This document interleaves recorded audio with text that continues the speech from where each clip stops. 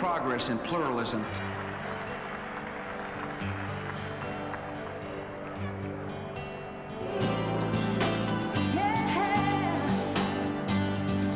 For U.S. women's sports history, with her winning goal in the 1999 Women's World Cup, ladies and gentlemen, please welcome the captain of the first ever Women's United Soccer Association Championship team, Brandi Chastain.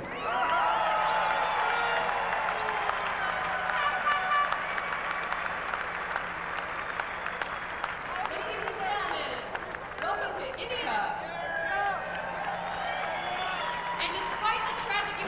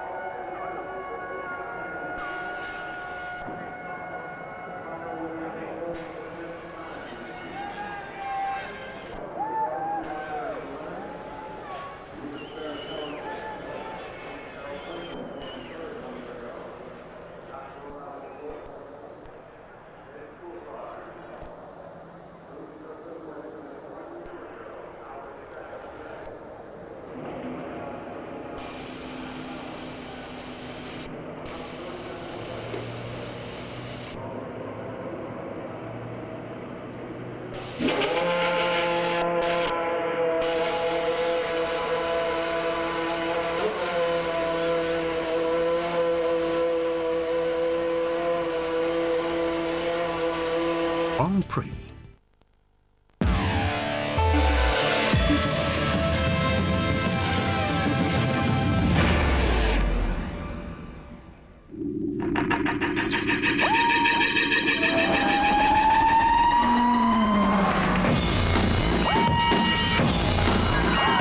Formula One on ITV in association with Texaco.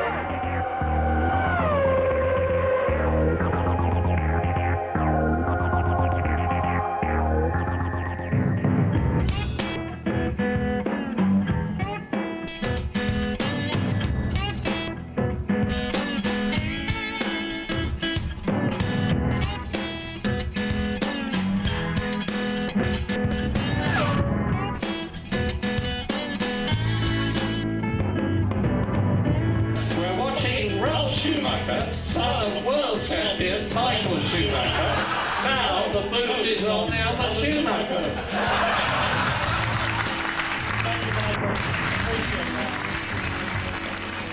After 52 years, it's Murray Walker's last commentary. The American Grand Prix is the country's first international sporting event since the terrorist attacks.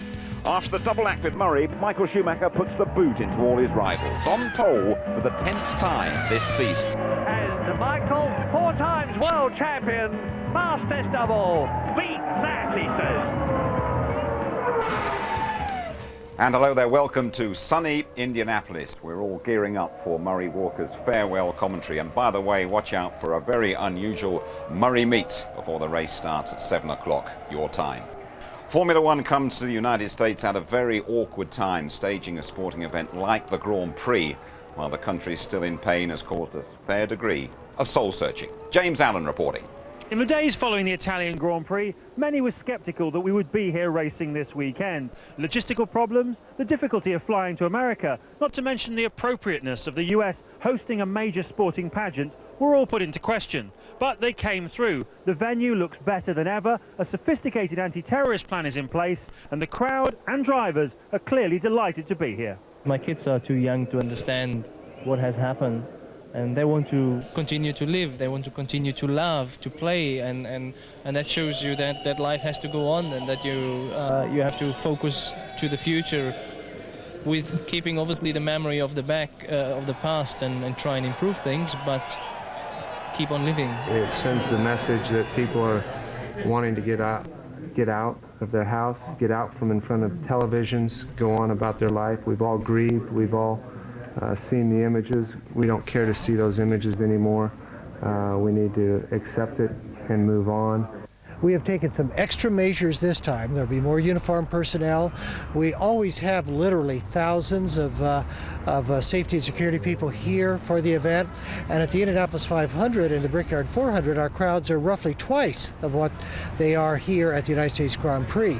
So we'll have the same number of security people at a much smaller event. We're just glad to see everybody here and take a break from the tragedy just for a short period of time. We live in New York, and we didn't want to miss it. We can't let them win, so the terrorists. So we want Villeneuve to win. He'll do well to win, starting from 18th position. Mark Blundell and Tony Jardine are with me. Tony, lovely day, pit lane open. It all feels okay, doesn't it? It's a huge show of international support. It's a fabulous turnout of people. The first 100,000 people who came in to get it all got an American flag and they're all waving it. There's a lot of solidarity there, and it's quite an upbeat mood on this tremendous day, and I think it's a fabulous racing prospect. Mika Hakkinen, a traffic violation, you'd have to say, in warm-up. What was going on there? I think he's got a little bit of an eye problem, because he blew by about 5 guys who were sitting there stationary, didn't take avoiding action about stopping his car, and blew by the red light. The penalty for that is that he's lost his grid position in terms of being second. He's now 4th on the grid, and they took the second fastest lap that he achieved. his headaches then went on. Warm-up we had this morning, and he locks up, coming from that left-hander, left front wheel locked. Can't do anything about the speed, just bang, into the barrier. Due to take a year off, Mika Häkkinen, and it can't come soon enough for him. So a slight change on the grid for you. Michael Schumacher on pole, just like last year. Brother Ralph, quickest in that warm-up session, promoted alongside him. Juan Pablo Montoya, his engine also blew in warm-up in third, and then Häkkinen demoted to fourth. They took his second quickest time from yesterday. Barrichello and a fired-up Heidfeld. Coulthard seventh, that's disappointing once again. The Jordans, Trulli, and a Lacey. It's a Lacey's 200th Grand Prix, by the way. Best of the season, 10th for Jenson Button, and no joy for Eddie Irvine in that Jaguar. Now that Murray meets feature. Now Murray has met some charismatic characters over the years, but now he goes eyeball to eyeball with a man who knows him inside out.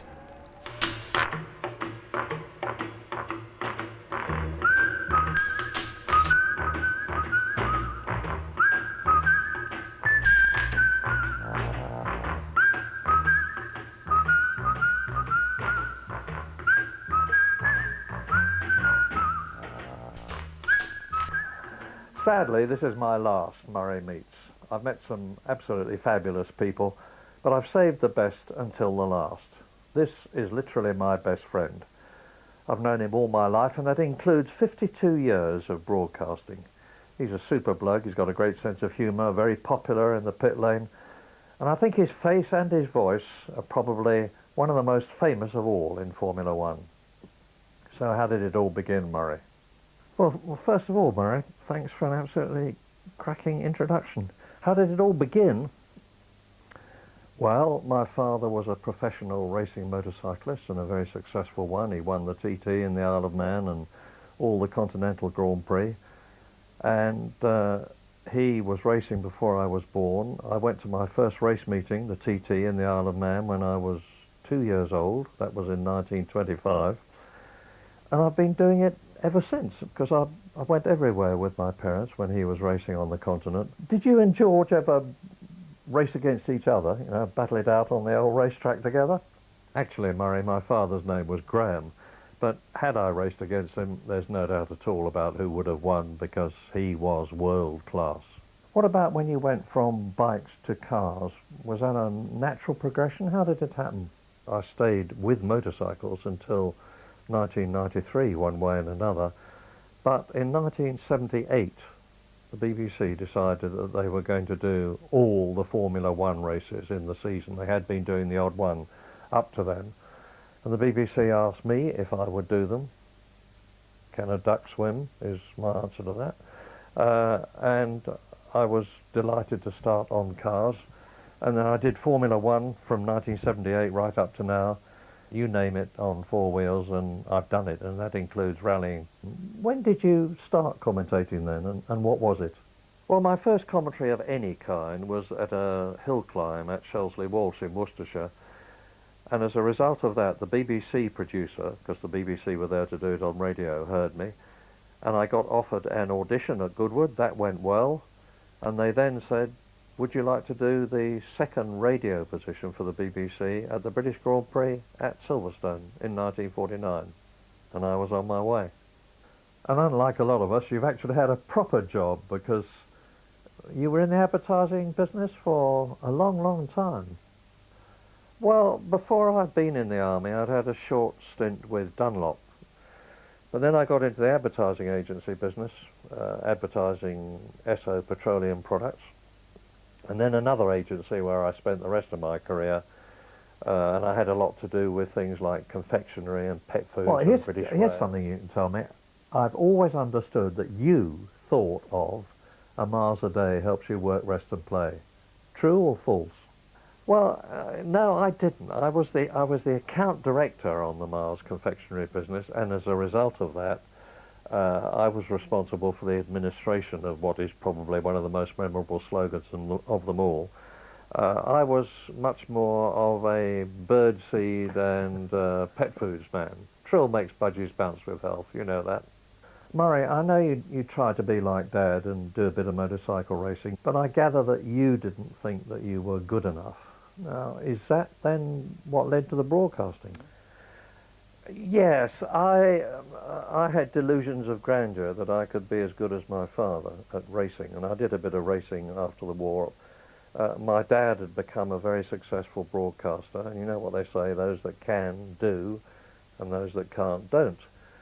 So I started talking about it, and that's how my father discovered that he'd got a son who wanted to follow in his footsteps there, and that is actually what I did. What you've talked about has always been very exciting and dramatic, but you must have had highs and lows in your career. What about the highs? In '96, Damon had been battling against his teammate Jacques Villeneuve all season, and he won the race and he won the championship, and the whole lot sort of welled up as he crossed the line. And that was when I said, I've got to stop now because I've got a lump in my throat. And it was very, very genuine. Murray, in all these years, you have not been alone in the commentary box. You've been sharing the microphone with someone else, notably for 13 years with James Hunt. And we hear so many different stories about your partnership together. How did you really get on? When we started together, because we were chalk and cheese, I was old enough to be his father, we were different in every possible way, it would be fair to say that we weren't the best of mates. But over the years, we rubbed the rough corners off each other. I learned his ways and he learned mine. And in the end, we actually got on extremely well together. And I need hardly say that he's very sadly missed, and especially by me. What are you going to do next? What next? Well, I'm writing the inevitable autobiography, we all do. Then the publishers are sending me on a world tour to promote it, so that's going to take care of next year. I've got a lot of people who are asking me to do things, promotional things, and Bernie Ecclestone said to me the other day, "You're not retiring, Murray. I'm going to make you an offer." Murray, thank you for giving me so much of your time. As ever, it's been a pleasure to talk to you. It's been a pleasure talking to you, but then I have always thought that you were a capital chap. Now, all good things come to an end. They're about to come to an end for me. I've got one more race to commentate on for you, and it's about to happen. And when it finishes, I will be on my way. I just want to say that it has always been a gigantic pleasure and privilege for me to talk to you. Anything that I've said has come from the heart, from enthusiasm, and if you've derived pleasure and satisfaction from it, that will more than do for me. Thank you for being with me all these years. And thank you too. Capital chap, watch out for a Murray documentary here on ITV1 in mid-November. The unmistakable Murray Walker. He could have done with an alter ego around Indianapolis. He's been the centre of attention. The Formula One paddock actually laid on a special party for him. Adieu from Alain Prost. I don't know what to say. Well, I'm like you. We all have to stop sometime. You have 1 year to rest and then you come back. The message, thanks Murray, and like those budgies, keep bouncing with health. Murray, all set for the American Grand Prix.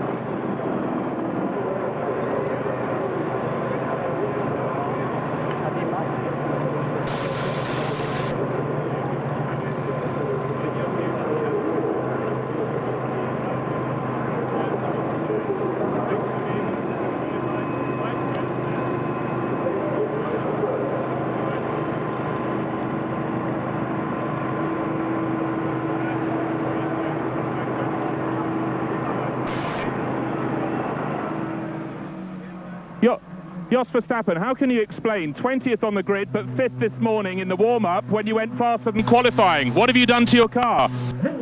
Because we know we were not very happy with the setup and qualifying, so we tried new things on the car, how we like it, and we went quicker this morning as well. We run with very low fuel but very old tires, so we were all very impressed by the lap time. But obviously we didn't do our homework properly in qualifying, and we checked it out this morning. The car on heavy fuel always feels quite good, so hopefully we are competitive. Best of luck. Thanks for talking to us.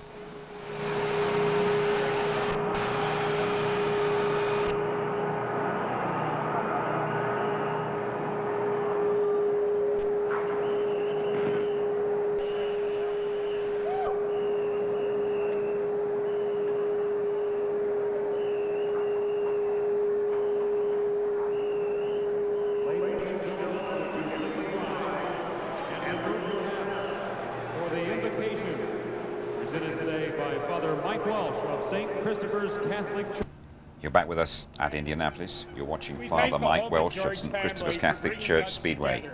This international community. But first, let each of us pause to pray. Notre Père, un servateur, Padre Nuestro, Allah, gracious God. We are in awe at the courage and skill of these drivers, their mechanics, and their crews. Keep them safe this day. May you bless our gathering today, return us safely to our homes, both near and far. At this moment in our history, we continue to seek your presence and your spirit.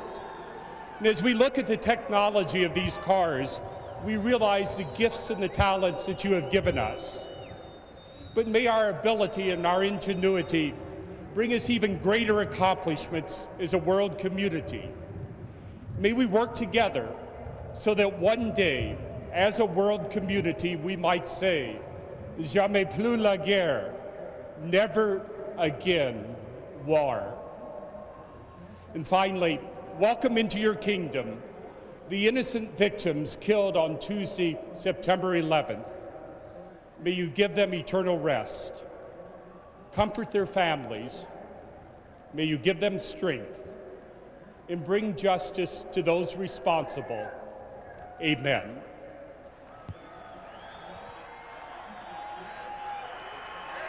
Ladies and gentlemen, would you please remain standing? It's time for our national anthem, performed today by the Indianapolis Children's Choir.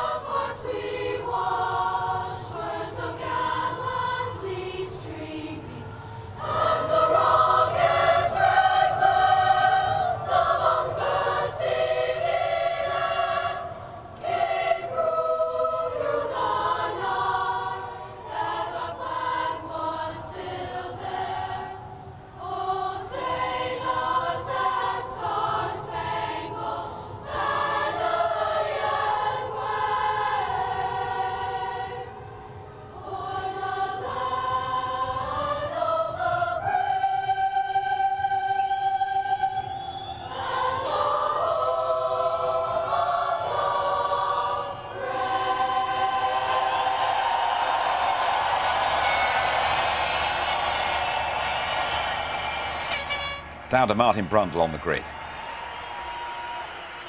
Ladies and gentlemen, the Okay, hello, thank you, Children's Jim. Choir with Look our at this national fantastic anthem. crowd. Double-decker grandstands, not got long with you. We've just got to try and paint a picture of the feeling on the grid here. There's a lot of frustration from Mika Häkkinen, who's been moved back. Let me tell you, he is very, very unhappy. Most of the drivers are going to be getting in the car now. I don't know if I could... but Bernie, in 10 seconds, we're here then. Yeah, we are. I said we'd be here. We're here. And we are. Hakkinen, that's too draconian to move him back. I don't understand, to be honest. I haven't had a good look and see what it was, but I don't know why. Okay, see you later. We're really tight on time. The teams are concerned today about blistering of rear tyres. That's both Michelin and Bridgestone. They've got no data from last year because it was a wet, dry race, and therefore they're taking a bit of a stab at today's strategy. So it's going to be very interesting to see. I think it's going to be an incredibly tight race. Quarter of a second between the top 8 in the warm-up this morning. And I just want one word from Jean Alesi, who's about to start his 200th Grand Prix. Jean Alesi, 200 Grand Prix, how do you feel? We've got 3 seconds. Honestly, I feel great to be especially with Eddie, and I will enjoy this Grand Prix really much. Bye-bye. Bye-bye, Martin. Murray Walker's farewell commentary then.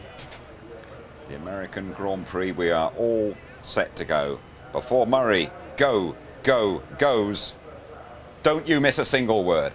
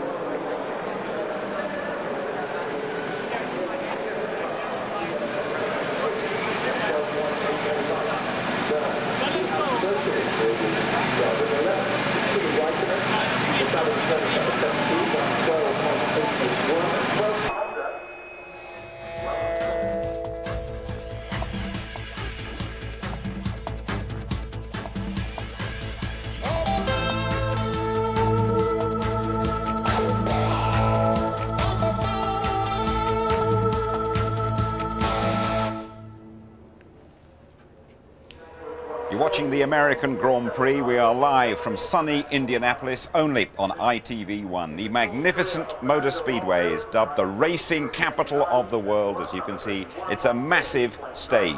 Calling is the word they use for commentating stateside.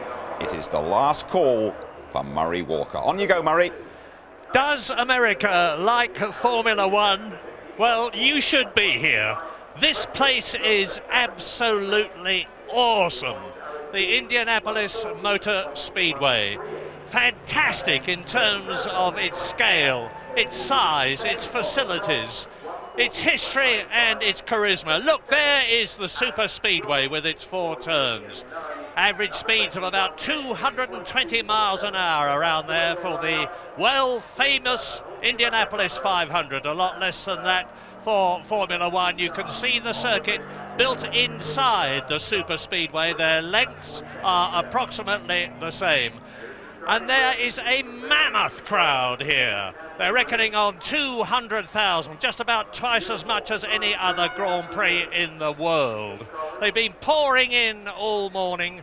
The conditions are absolutely superb. Sunshine, blue skies, track temperature, 26 degrees, good for the Michelins. But Mika Hakkinen, as you've heard briefly from Martin, and I'll get him to expand on it in a moment, is a very unhappy man. He qualified second. He's starting fourth because of that transgression going out early this morning. Up go Michael's brother, Ralf Schumacher, to second on the grid, and Juan Pablo Montoya to third. And Mika Hakkinen will have the red mist down when those lights go out. He's very angry. He said to me this morning, that's why I'm leaving this sport. I'm fed up with this kind of thing. I mean, it was a knee-jerk reaction. It's a retrospective moving of his position on the grid from obviously jumping that red light this morning. He couldn't see the red light because they were 2 abreast in the pit lane.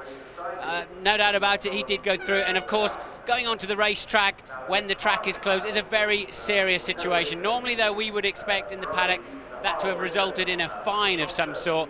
But Hakkinen then, an angry man. Will he turn that into frustration and a first corner incident, or one of his brilliant races? We'll have to wait and see. But remember yesterday, Murray, when you mistakenly for a few seconds called 2 Schumachers on the front row?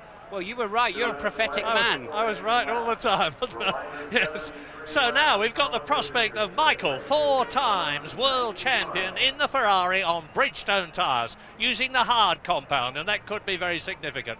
Brother Ralph promoted up to G2, the second position on the grid, on Michelin tyres, and that could be very significant too. Now, is Michael Schumacher going to defer to Rubens Barrichello if he is able to, in order to improve his Brazilian teammates' chances in the World Championship? He's currently just 3 points behind David Coulthard, who is starting down in 7th place. Very, very poor for David Coulthard. So the McLarens are starting 4th and 7th. But when the lights go out, I advise you to just keep a general eye on the grid, because I'm expecting the Benettons, and Jenson Button is starting higher than he started before since he joined the Benetton team. He's 10th on the grid, and Fisichella to blast through because their launch control system is superb. Jos Verstappen maybe 20th on the grid, but this morning he was extremely fast in the warm-up. He's got a very light fuel load. I'm expecting him to come up. And I would say the same thing about the Jaguars too. They may be down 14th and 16th, but I'm expecting them to stop twice in this race. Most people will stop once, in which case with the Jaguars and a light fuel load, we could see anything. But mercifully, I hope, Martin, will get everybody round this first corner first, because there's quite a long drag down to it. There's a good escape road. It's fairly wide, and they should all get round safely. Yes, and the interesting thing is Jenson Button, of course, in his best grid position of the year in 10th. Now, the previous 2 Grand Prix, we've seen both Benettons gain at least 1 and usually 2 rows of the grid. This fabulous new traction control system, start launch control that they have, so it'll be interesting to watch the Benettons. But it's very wide down into turn 1, plenty of lines you can go in, but at the end of the day, just one sweet racing line when you finally get into the corner. And the engines scream 18,000 RPM from each of those V10 motors. Down to turn 1, And this is the magnificent Indianapolis circuit you see. They go round the opposite way in Formula One. And this is turn 1. And turn 2 is the left-hander. They take that at about 70 miles an hour. Everybody's got away well for the parade lap, the formation lap. Alex Young, the young new Malaysian driver starting for his second Grand Prix, gets away last, as he should have done in the Minardi. And the skyline of Indianapolis benevolently looks over the circuit. It's only about 5 miles away. Drove in about 15 minutes this morning, and the cars continue to make their way round the circuit. And there is the McLaren with the Ferrari behind it, and Michael Schumacher leading away, and it is his 42nd pole position in his career. His 10th pole position this year. I talked to him for a long time last night. He is in extremely good form. Rubens Barrichello in the second Ferrari there is starting 5th on the grid. Juan Pablo Montoya that we're with now had an engine blow up in the warm-up this morning, but he still got in the spare car, no problems, and he was 5th fastest. Smart cookie Montoya's got the traction control switched off for a moment so he can really light up those rear tyres in a hope of having more temperature when he gets to the start line. That's the best way. Pump 850 horsepower through those two relatively skinny 4-groove rear tyres, and they just flare up in temperature. Look, Michael Schumacher, you're not actually supposed to do that. That is the equivalent of a practice start.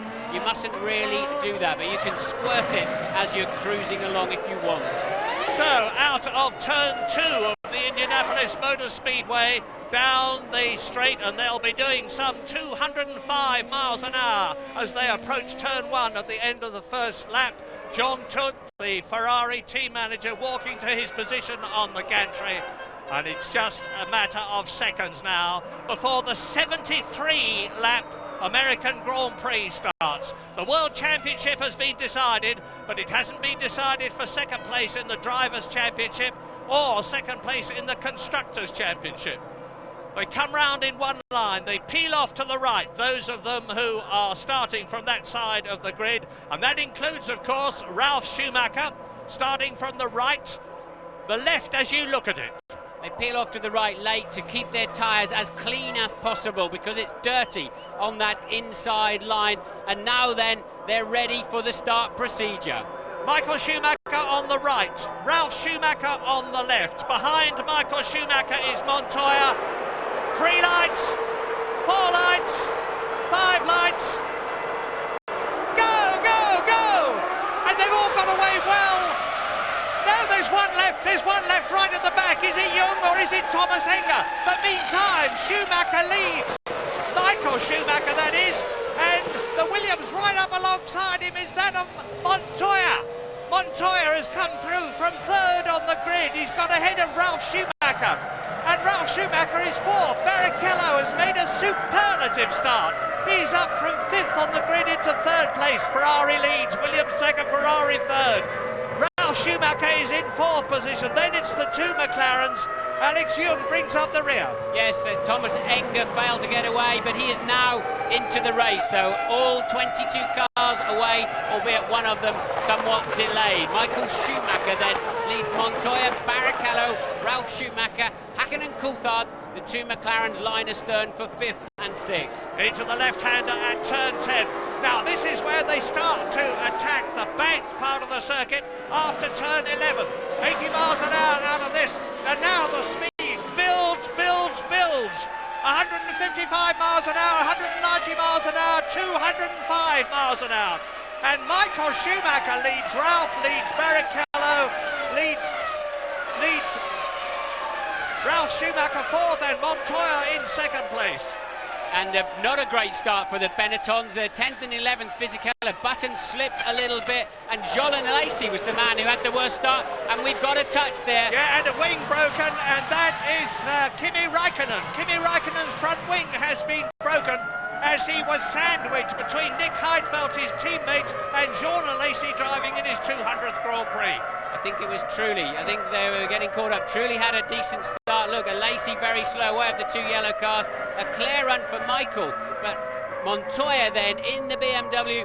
Williams managing to get right alongside. Michael having none of it, takes the line, pushes him wide, and a bit of squabbling in the midfield, but no major drama at that time. But at the end of the first lap, we will see that Trulli was getting involved in a fight. But this is the picture from Montoya, just over his left shoulder, of course, and look, picked up a beautiful slipstream from the Ferrari, but nowhere to go when he arrived, and you've got to be on the inside there. Michael giving him no slack whatsoever. Nobody was clean. Michael Schumacher's being criticised for cutting across other drivers at the start of the race. That was fair enough. And look at the lead he's building now. He's on his second lap. It was 0.8 of a second. Barrichello perfectly placed. Can he use this slipstream? Montoya goes to cover the inside line. Barrichello braking later and managing to make it stick. Easy for Barrichello then. Right, now let's, right at the beginning of the race, remember that Ferrari have actually got a disadvantage, they thought, some people, at the start here. They're on the harder compound Bridgestone tyre. It may not grip the circuit so well, but it won't degrade, it'll last better. Kimi Räikkönen then, we saw he touched with Jarno Trulli, and he is stopped for a new nose, and he will join in last place. And already we're on lap 3. Ferrari leads, Ferrari second. Schumacher leads, Rubens Barrichello is second. Down to third goes Montoya. Right behind him is Ralf Schumacher. Mika Häkkinen, who started fourth, is down to fifth. David Coulthard, who started seventh, is up to sixth. In seventh is Heidfeld, who started sixth. And Jarno Trulli is in 8th position in the Jordan. And you can see the battle now between the two Williams BMWs, Montoya and Schumacher, with Mika Häkkinen and Coulthard behind them. Out of our view, but Jenson Button has passed Fisichella, with Räikkönen pitting. Button up to 9th, Eddie Irvine 11. And just look at this for sheer raw speed. It is terrific. 820, 30 horsepower blasting through those rear wheels. They have to come down to 75 miles an hour. Third gear corner for turn 1. And it is line abreast now. 4.7 seconds covers the top 6. Barrichello 4/10 faster than Michael Schumacher on the previous lap. There it is, a new fastest lap of the race, but that's not a lap record at this stage. A car on the outside travelling slowly. We didn't see who it was, and it is a Sauber. Presumably that's Räikkönen, who's back onto the track. We saw his car smoking a little bit as he left the pits. Thought it was tyre smoke, but maybe then Räikkönen got out some other. Yes, he has. Look, Räikkönen with some technical problems. We don't know what. Of course, creeping back to the pits. And here's a flash of intelligence. We believe that the Ferraris have got a two-stop strategy. We believe, we could be wrong, but it makes sense. Look at the way that Rubens Barrichello has come up, presumably with a lighter fuel load.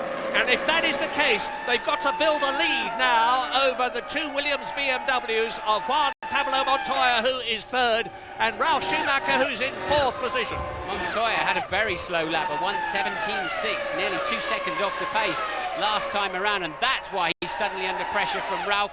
Häkkinen in close company. Yellow flag, stationary yellow flag I can see in the background, and we think it's an oil flag, so some debris or something slippery on the racetrack. Montoya is struggling. Yeah, Ralf Schumacher is pushing. He's in 4th position, and Mika Häkkinen is just behind them. There's the McLaren, and behind the McLaren it's David Coulthard. So is Montoya holding things up? You can see they're piling up behind him. And meantime, the gap between the two flying Ferraris at the front and the Williams is increasing. It is now 3.6 seconds between Michael Schumacher and Montoya. And Michael's going to let Barrichello pass. Barrichello has a car that's 0.4 of a second faster. So Michael clearly, easily lets him through. Michael will remember leading this race last year and spinning off in these very slow corners through lack of concentration. Still went on to win, of course, but Barrichello then with easily the fastest car on the racetrack, suggesting less fuel, of course. Yeah, that could be one of two things. It could be either that Rubens Barrichello is on a two-stop strategy and Michael isn't, or it could mean that Michael, even this early in the race, is deferring to the Brazilian to let him through and hopefully from their point of view win this race, get 10 World Championship points, put himself ahead of David Coulthard, who is only on 1 World Championship point at the moment. Lap 6, 73 lap race. And I think they're going to have to move Montoya out of the way soon as well. He is definitely holding up Ralf. It's enabling the McLarens to stay in touch, but Montoya well down in the 1:17s. Barrichello full second faster than anybody else, including passing Michael Schumacher up the inside into turn 8. Obviously, he was let through, but then Barrichello scampering off into the distance. It's about 2.5 tenths of a second per lap for every 10 kilos of fuel you carry around here, so it would suggest Barrichello stopping. And Kimi Raikkonen in the garage there has retired for the 6th time this year. They've just cleared turn 8 up to the hairpin at turn 9, a short dash, and then there's another hairpin, turn 10. This is it. Up to about 80 miles an hour for the right-hander at turn 11. And then they get back onto the Indianapolis Motor Speedway, the super speedway. They're on it now. Look at the width of the circuit, and look at the way they come right out to the side, almost glancing the wall, cut across, build up the speed. Here come the two Ferraris, and it is Rubens Barrichello in the lead with the fastest lap of the race, obviously. 1 minute 15.5, and that is about 8 tenths of a second of last year's lap record put up by David Coulthard. Yes, and when they've used up some of the current fuel load, of course, they will be lapping faster. But as I said, on the grid walk, they are all expecting tyre problems of some sort with blistering. They've come here this year with a much softer, much more competitive in terms of lap time tyre. They were so conservative last year, the tyre companies, concerned about the banking, proved to be a non-issue, but this year maybe they've not been quite conservative enough, and a lot of these teams are really on their back foot protecting their rear tyres. James Allen. Well, remember, Martin, that Ferrari selected the harder tyre for qualifying yesterday. They were aware that they wanted to try and use it as best they could. It didn't work for them in Imola, but it worked for them in qualifying yesterday. I think Rubens Barrichello definitely is on a two-stop strategy, a second a lap faster than the rest of the field. Entertainment is the name of the game here today, and Ferrari seem to be going out to provide it. So what are the figures here? Well, two stops, you need to be, it's about 12 seconds faster than one stop, but you need a 30-second lead in order to make the pit stop and rejoin back in front. Quick word on the Michelin tyres on the Williams guys. My information is that they started with tyres that had done over 18 laps already. Clearly very worried about the wear situation. Now look, there is the third and fourth, followed by the rest. Montoya is not letting Schumacher past if the German is trying to do so. Hackinen's right behind him, and then it's David Coulthard, Heidfeld and Button, and between those there is only about 3 seconds, so it's mighty close. The traffic needs to break. Heidfeld keeping the two McLarens on us. He's got a point to prove, hasn't he? He's been bypassed for the McLaren drive for next year by Kimi Raikkonen. Raikkonen in the pits. He's had a dismal time since he signed for McLaren, as it happens, for next year. But Heidfeld really been on it all weekend. Didn't get away from the start too well, and that put him behind Coulthard. But now he's managing to stay with them. I suspect those McLarens are quite fat on fuel. They'll come back into play later on in this Grand Prix. Yeah, it's going to be very interesting to see how the race develops. Last year, of course, the race actually started off in the wet. The track was wet. It wasn't actually raining. It was very misleading. And we had people coming in as early as lap 6. Rubens Barrichello came in on lap 6 to switch tyres. The crafty and experienced Michael Schumacher stayed out and reaped a tremendous benefit because he subsequently won the race by being able to do what Ayrton Senna had done so frequently in the past, keep out on what seemed to be the wrong tyre for the conditions and still not have his lap times suffer. Well, Nick Heidfeld is undoubtedly the man to watch at the moment. He's in 7th position, and there he is behind David Coulthard's McLaren. He is in the points. Both the McLarens are in the points. Both the Ferraris are, of course, on a potential 16 World Championship points for 1st and 2nd place. Both the Williams are in the points at 3rd and 4th. So it is dominated, as you would expect. Ferrari, Williams, McLaren and Heidfeld there with the red wing mirrors on the Sauber, followed now by Jenson Button, and there he is in 8th position. Jenson started 10th in the Benetton. He has worked his way up 2 places. He's 2 places ahead of Giancarlo Fisichella, his teammate. Yes, out of picture again. Button then has put a move on Trulli somewhere, so Jenson Button coming through the field very nicely. Isn't it great to see him back on form? This last 2 or 3 Grand Prix, he's really been looking like the Jenson Button we saw last year. Tripped over, of course, Trulli, ironically, in the first corner at Monza with a bit of an over-ambitious move. But Button then heading for a decent Grand Prix at last. And here is the 200 Grand Prix boy, Jean Alesi, as he goes through to complete lap 9 in this 72-lap race.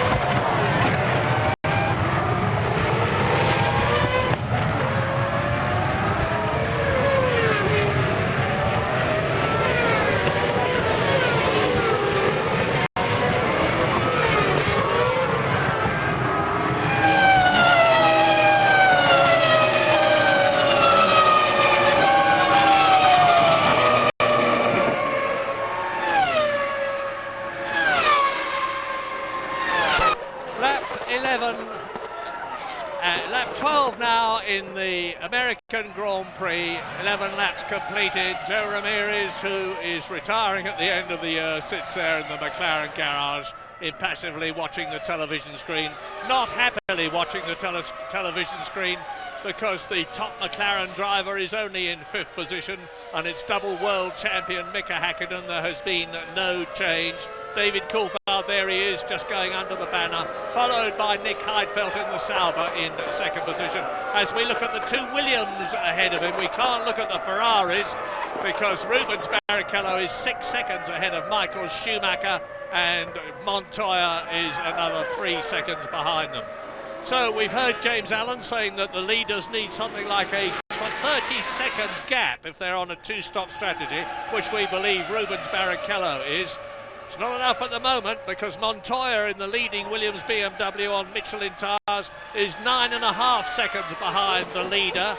Don't know when he'll be coming in. That's the problem about one-stop strategies these days. It's very difficult to predict when the cars are going to come in, because we don't know what fuel loads they've started off with. That's for sure. Jenson Button's had a problem. He's now slipped quite a long way back from Jarno Trulli. We don't know why. That's a Lacey challenging both the Benettons. 11th place man Lacey. Fisichella on the end of his nose, picks up that extra surge, and later on the brakes, a really clean move. Well, he's done 200 of these. He should be good at that by now, Murray.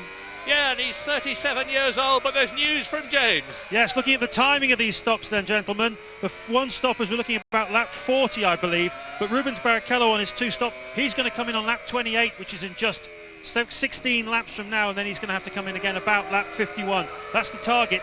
And one other note for you, Jos Verstappen, the king of the Grand Prix starts, he has made up 7 places off the start line this race, and that means that in the 16 Grand Prix so far, it's a total of 80 places. 80 places he's made up so far, an amazing statistic. So there is Jenson Button in the Benetton, followed by Fisichella. Now we're with a Lacey, and a Lacey has got Fisichella in front of him. So underneath the banner, into the right-hander, a terrific battle now between the 2 Benettons with their new Renault 111-degree V10 engine, and Jean Alesi in the Honda-powered Jordan, and Alesi's flying. He's not close enough yet, Button's, prediction? But well, he's got to get a little bit closer than that. But Button's really struggling with the handling. He's dropped off the pace. And Lacey, look at that. You can just feel it's like moving up another gear, and he will now easily outbrake Button. I think they're losing a lot of grip from the Michelins on the Benetton at the moment. Obviously working them too hard, and that was easy. I think Lacey then just pulling a rip-off off the visor. Probably got a lot of oil on his visor, which may also give us an indication of why Button has started to slow down. Maybe he's got the beginnings of an engine gremlin. Yeah, and that's happened in the past. This is still very much a development engine, and we're now back at the front of the American Grand Prix on lap 14 out of 73 as the Ferrari exits turn 13, builds into that long straight. And the leader, Rubens Barrichello, has now gone faster again, 1 minute 15.179, and that is 0.4 of a second off last year's lap record. And I remind you that he has still got plenty of fuel to burn off before he comes in. That's the Williams BMW of Montoya. He is in third place. Ralf Schumacher has dropped back a bit, actually, compared with Montoya that we're looking at, because the German in the Williams BMW is now about 1.5 seconds behind his teammate. There's been no change at the top 7. It's still Barrichello, Schumacher, Montoya, Ralf Schumacher, Mika Häkkinen, David Coulthard, and the gallant Nick Heidfeld. He doesn't have anything to prove. He's been a test driver for McLaren. He's driven for Prost. Now he's with Sauber. You heard there he is in the background with the red mirrors on his car in the wheel tracks of David Coulthard. Now, are the McLaren still fuel heavy, Martin? Do you think they're going to be able to make up ground later on? Well, judging by the warm-up this morning when there was just about a quarter of a second between the lot of them and Coulthard second fastest, it seems absolutely clear that they're running more fuel in the McLaren, certainly than Barrichello. Interestingly, Michael Schumacher second, Montoya third, Ralf Schumacher fourth. They're pretty much stable at the moment with regard to the gap. So this is the best squabble on the circuit right now. Heidfeld just hanging on to the shirt tails of Coulthard, and Häkkinen easing away now by some 2.8 seconds. But look at the heat haze behind the cars.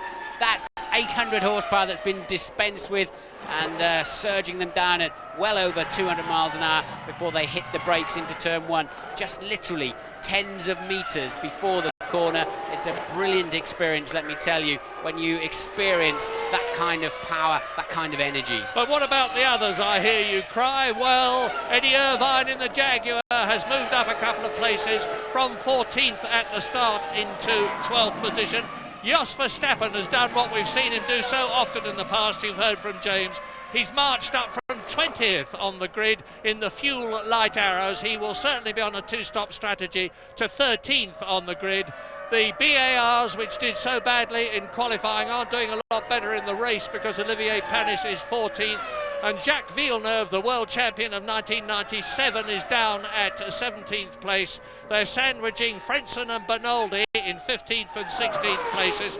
And there is only one retirement so far, and we're on lap 17 out of 73 now. And that's Kimi Räikkönen, who you saw with the wing problem, with somebody trod on it. And he is out on the 15th lap, and we're on lap 16 now. And coming towards us again, the McLaren and the Sauber, Coulthard and Heidfeld.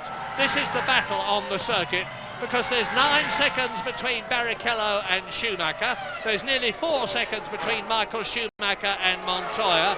There's 1.5 seconds between Montoya and Ralf Schumacher, the two Williams BMWs.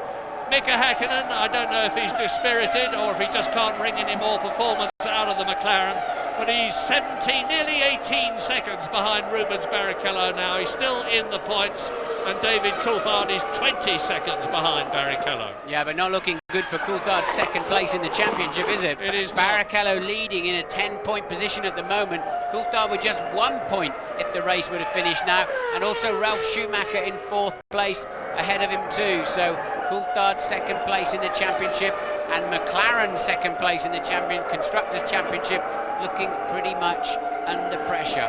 I'm just trying to work it out while you were talking. 7 points the Williams team is on at the moment, and they started this race 8 points behind McLaren in the Constructors' Championship. But on the other hand, Hakkinen and Coulthard have got 3 World Championship points between them.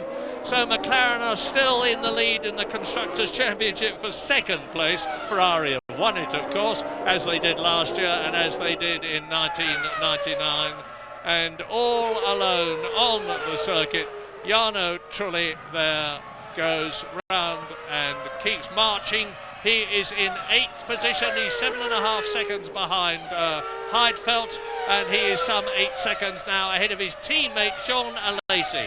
So Jean Alesi, as I said before and I'll say again, in his 200th Grand Prix, has come up from 9th position on the grid.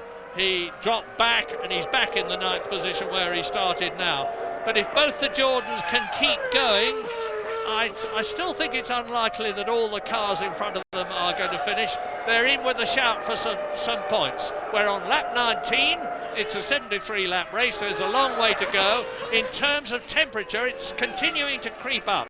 It's 27 degrees, and I say again, the hotter it is, the better the Michelin tyres like it. 200 then written clearly on the side of Alesi's Jordan. I started over 150 of these, but when I walked down the grid, I can't remember any of them, and it seems like it was somebody else's life. It really is a strange feeling when it's all over, and I wonder if Jean will be experiencing that, but he's got so much enthusiasm for Formula One. Will he keep that Jordan seat? What do you think, Murray? I suspect, sadly, he won't keep the Jordan seat. There are all sorts of rumours about other people taking his place. One of the rumours is that Fernando Alonso is going to move from Minardi to Jordan, and I emphasise these are rumours. It would be very sad if Alesi, who is the oldest driver in the race as well as the one with the most Grand Prix under his belt, retired. He's much loved, wonderful personality. He'll fire off a burst of invective at people, lose his temper briefly, and then smile, throw his arms around you, and you'll all be friends again. Now we're with Montoya as he comes into the start and finish straight at some 200 miles an hour. And he's speeding up, is Montoya. He is gaining on Michael Schumacher. It's only 2.2 seconds now between the 3rd car that you're riding with and the 2nd car, which is that Scarlet Ferrari now, just going round turn 4 into turn 5. And that is Rubens Barrichello leading the race. So now look back, it's a 10-second gap. You're not going to, if they stay with him, and they are staying with him, with the heat haze pouring out of the back of the car, because the exhaust pipes, 5 cylinders on each side, exit through the top of the bodywork there, just in front of the rear wing. And that is to enable as much clean air to get at the rear wing as possible, to help the aerodynamics, to force the tyres down onto the ground. More rubber on the track means more grip. More grip means more power transmitted. More power transmitted means more speed.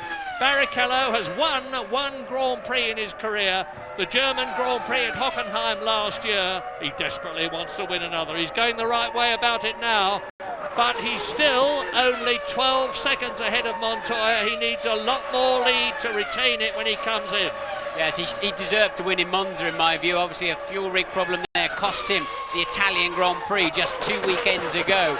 But I think he's just been given the hurry-up to make his strategy work. Barrichello is not far enough ahead, as you rightly say. You're getting good at this commentary game, Murray. And Barrichello really has got to get on it some more, because suddenly the 2 Williams are coming into the zone. They've driven a very sensible, very mature early stages of the Grand Prix. They've had lower tyres on them, more used tyres to stop the blistering. They don't care about the total wear rate, they want to stop the blistering. So Barrichello leads by 10.9 seconds now from Michael Schumacher. Juan Pablo Montoya is 3rd, Ralf Schumacher 4th, Hakkinen 5th, and Coulthard 6th.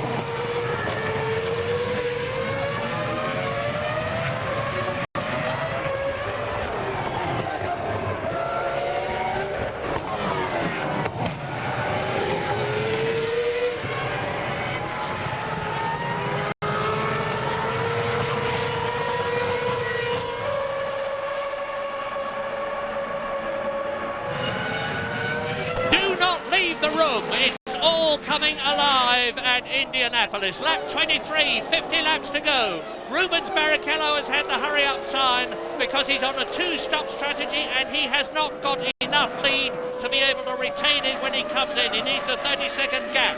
He's only got a 13-second gap. Michael Schumacher is still second, and you're watching the battle now as Michael Schumacher, in his new style helmet, incidentally, is being pursued and caught by Juan Pablo Montoya and by Ralf Schumacher, his brother.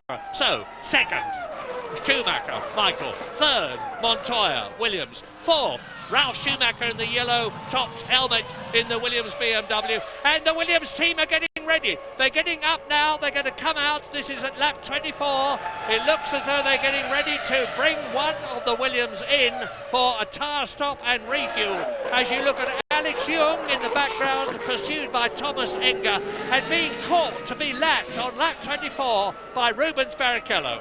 Well, I tell you, if Williams are coming in for a stop, there'll be an enormous sigh of relief from the Ferrari team, because Williams were definitely putting an attack into place, but it seems as if they are also light on fuel. So the Williams has not had the ultimate pace that we thought they were having, and they're one of them, and therefore I'm sure both of them will be making a two-stopper now, and the Ferrari pit wall will be mighty happy about that. We think it's Ralf Schumacher, the second of the two Williams, coming in this time, makes a late lunge for the pit lane. There's the speed limit line already, so it's a long, long way, and that's why a pit stop here takes so much time, and it really does compromise you on a two-stopper. James Allen will take it. I tell you, Martin, if this is a scheduled stop, they're nowhere, absolutely nowhere. He should have been much, much faster in the first stint. Really worn Michelin tyres coming off. They're really very worried about the heat building up in the casing of the rear tyres. That's the problem here today, and that's the problem with the left rear tyre. Now it's on the car. Ralf rejoins, but I don't think Williams are in it today, Martin. No, and they, as you said, left rear, they had to change the gun. The man on the left rear had to change guns for some reason, and a very slow pit stop for Ralf then. He came in fourth, and he's going to go through, come out 10th, because Montoya's gone through, so has Hakkinen and Coulthard. Heidfeld is now up into 6th, Trulli is up into 7th. Ralf Schumacher got out just about at the same time as Jean Lacey. I didn't see whether he was in front of or behind the Jordan, but anyway, we're now with Juan Pablo Montoya. Is he going to have to stop and come in, as has Ralf Schumacher? Montoya is third, that's Michael Schumacher ahead of him. The gap is only 0.8 of a second now, and he's carved it down from 2.2 seconds. Lap 26 out of 53, so round about one third distance. And you can see the Ferrari is actually visibly getting bigger in Montoya's sights, and he closes right up on Michael Schumacher. And that's an important point. Barrichello up front by 12.5 seconds, has Michael as rear gunner for him today. And I think Michael will be very happy to help Rubens win that Grand Prix. Rubens appears to have enough speed by himself. And look how much Montoya had to correct the car through a relatively simple stage of the lap. And then it's quite clear then they're really struggling to get the back end to stick on that Williams, and it's been pretty much the case all through free practice and qualifying. We've seen Montoya pointing the wrong way down the racetrack on at least 3 occasions as they've struggled to hook the rear up. Oh, closing right up. This is race 16 out of 17, just the Japanese Grand Prix in 2 weeks' time. But 10 races ago in Austria, race 6, Rubens Barrichello moved over and let Michael Schumacher through from third to second in order to get World Championship points as the team leader. And Michael said, "Thank you, Rubens, I will remember that." Now, maybe this is the time for him to remember. Not in the pit lane this time, so at least 3 more laps of fuel then that Montoya was carrying over Ralf. So how far can he go? I'd be amazed if he can one stop, because that means Ralf was having a terrible afternoon. So surely Montoya will be in anytime soon. And you never know with Michael Schumacher. He's got such a wise old head on his comparatively young 32-year-old shoulders. But there is an answer. The Ferrari mechanics in their overalls, helmets, are out in the pit lane. They are allowed to come out. They have to come out on the lap that the car is coming in. So there's going to be a Ferrari stop at the end of this lap, which is lap 27 out of 73. Rubens Barrichello leading by 12.5 seconds. Montoya right behind Michael. Well, of course, we've had Barrichello pegged as a two-stopper from the very early stages of this Grand Prix, and there then into the pits is such a high angle, it's difficult to see which one it was. It's Barrichello. With this, it is Barrichello, but with this Michael's new helmet, it's terribly difficult. James. Yes, well, bear in mind, guys, that Rubens has now to make one more stop than the others. In other words, he needs extra 30 seconds out of his race, which the others don't need to lose. So in both of the first two stints, he needed a 16-second lead at least. He's clearly going to lose the lead this time. It's the second stop. It's his exit from the second stop that's the critical part. And I don't really know if he'd done enough work in that first stint. Only 12.5 seconds lead. It's very, very marginal. Two stops here, not that much faster. Very bold by Rubens. Can he make it pay? Go, Rubens. You're not going fast enough. Michael Schumacher now leads. There is Rubens Barrichello. Michael Schumacher leads. Montoya is up into second. Hakkinen is up into third. Rubens Barrichello scrambled out of the pit lane just in front of David Coulthard. He was in fourth place, so he's lost 3 places. Is the Ferrari strategy falling flat on its face? We'll have to wait and see. This is lap 28. The key to this race is how far can these two cars go before they make a pit stop. Michael and Montoya, then Michael Schumacher from Montoya by 0.8 of a second. This then is the scrap for the lead now after Barrichello's expected relatively early stop. Ralf Schumacher is down in 8th place after that stop of his, that slow stop. And as I said earlier on, I think the McLarens are going to come, the race is going to come back to the McLarens as they go through the afternoon. They're now 3rd and 5th. They're sandwiching the Ferrari of Barrichello, who's regained the race. And the leaders, here they are. Michael Schumacher with Montoya tucked up behind him are closing up on Thomas Inga from the Czech Republic in the Prost to lap him.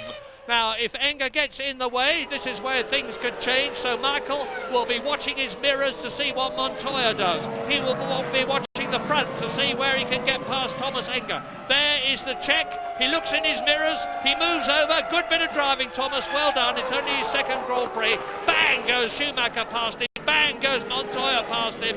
Here coming towards us is Mika Hakkinen in 3rd place, 11 seconds behind the race leader.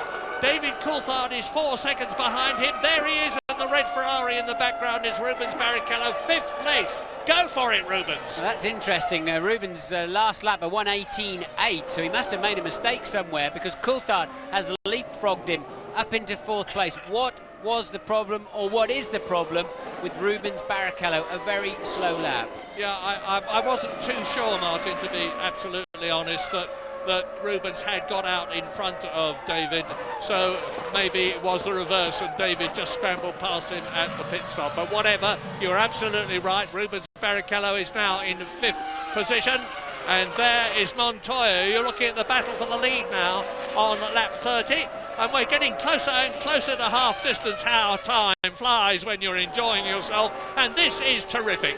The temperature, just for the record, is now 30 degrees. It's going up, up, up. Better and better and better for the Michelins. But remember, already we've had stops, and Rubens Barrichello is now down in 5th place as a result of that stop. Now, you know what the situation is for the first 6 with Jarno Trulli up there. I'll give you the rest quickly because I know you're interested in more cars than the ones in the top 6 point scoring places. It's Jorna Lacey who's 7th in the Jordan. Ralf Schumacher down to 8th position after his stop. Nick Heidfeld is 9th and Button is in 10th position, which is where he started. Giancarlo Fisichella is 11th, he started 12th. Eddie Irvine is 12th and he started 14th. Jos Verstappen is 13th and he started 20th. Heinz-Harald Frentzen in the Prost is 14th ahead of Olivier Panis. 16th is Binaldi. Jacques Villeneuve is still down in the dumps at 17th place ahead of De La Rosa. Alonso is 19th, Enger is 20th and has been lapped. Alex Young is 21st, Kimi Raikkonen has retired. 21 still running on lap 31 out of 73.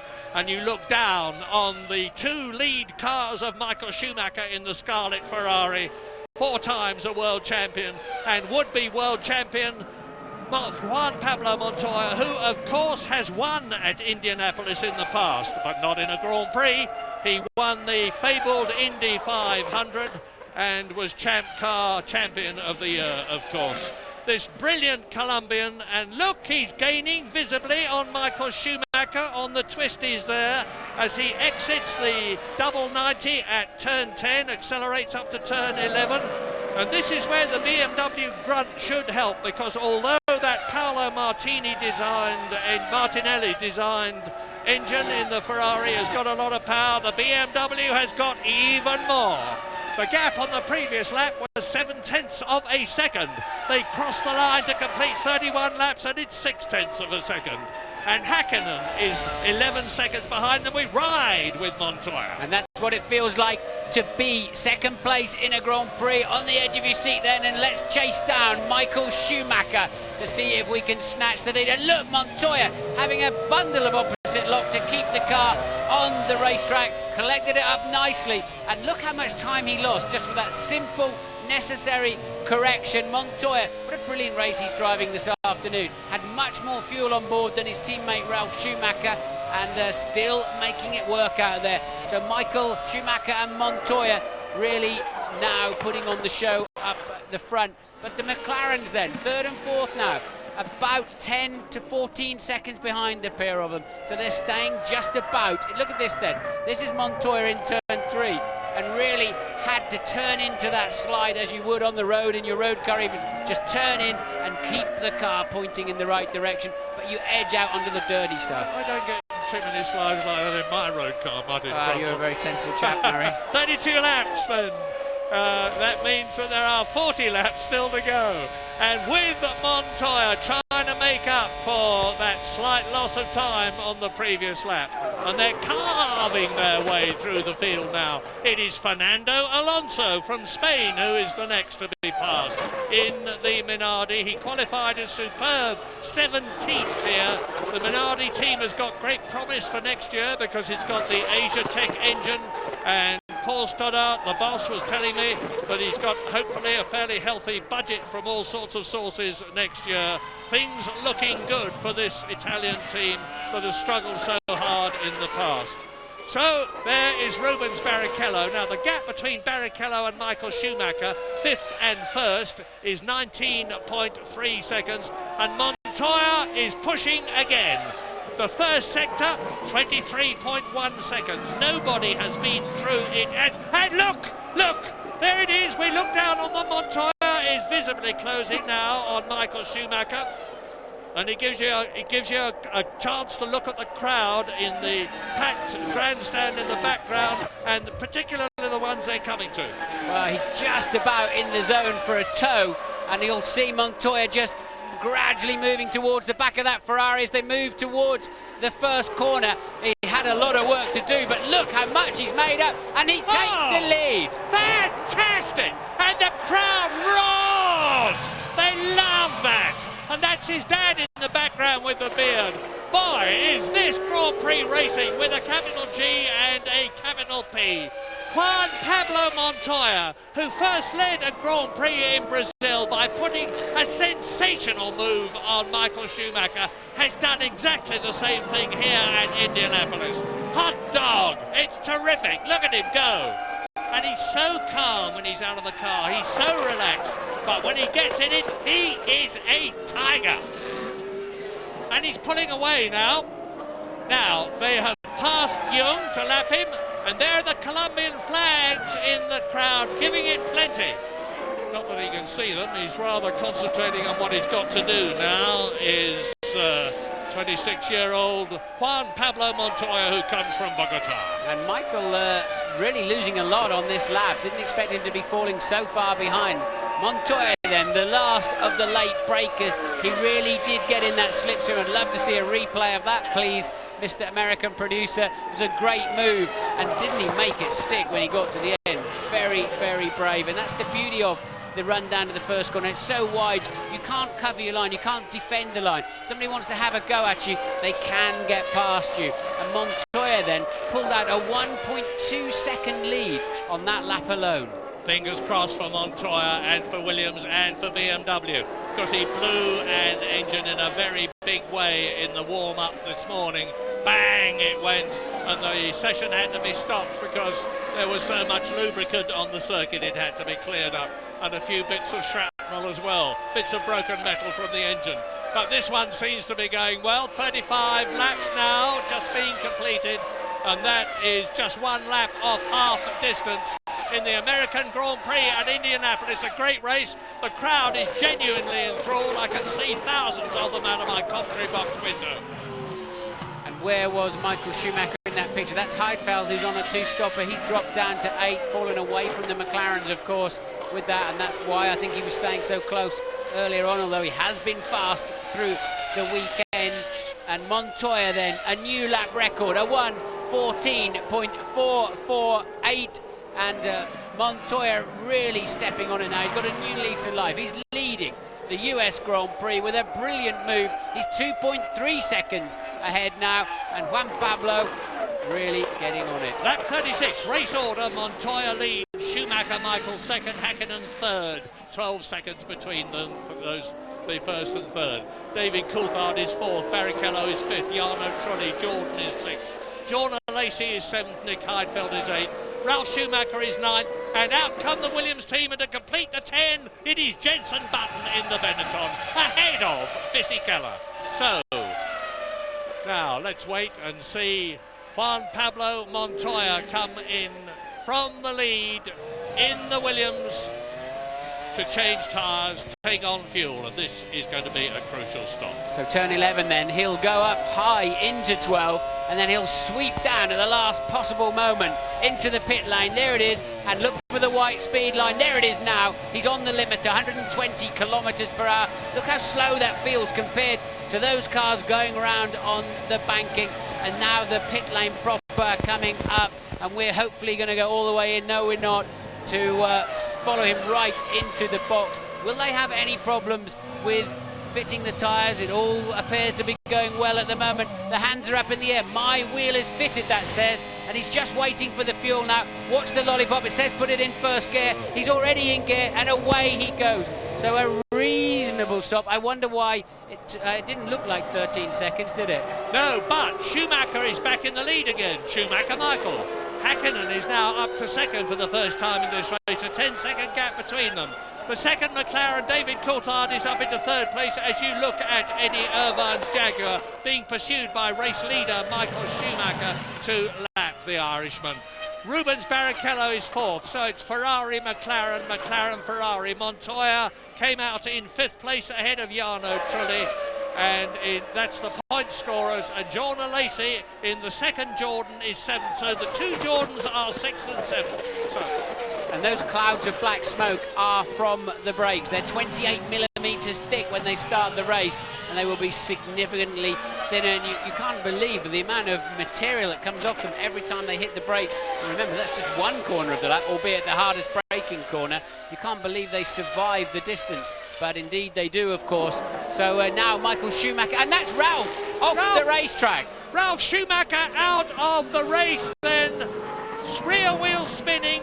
It looks as though he's beached it. The under tray is resting on the ground. He can't get any purchase. He's getting out of the car. Ralph Schumacher retires from the American Grand Prix. It's his 7th retirement of the year. No points for him.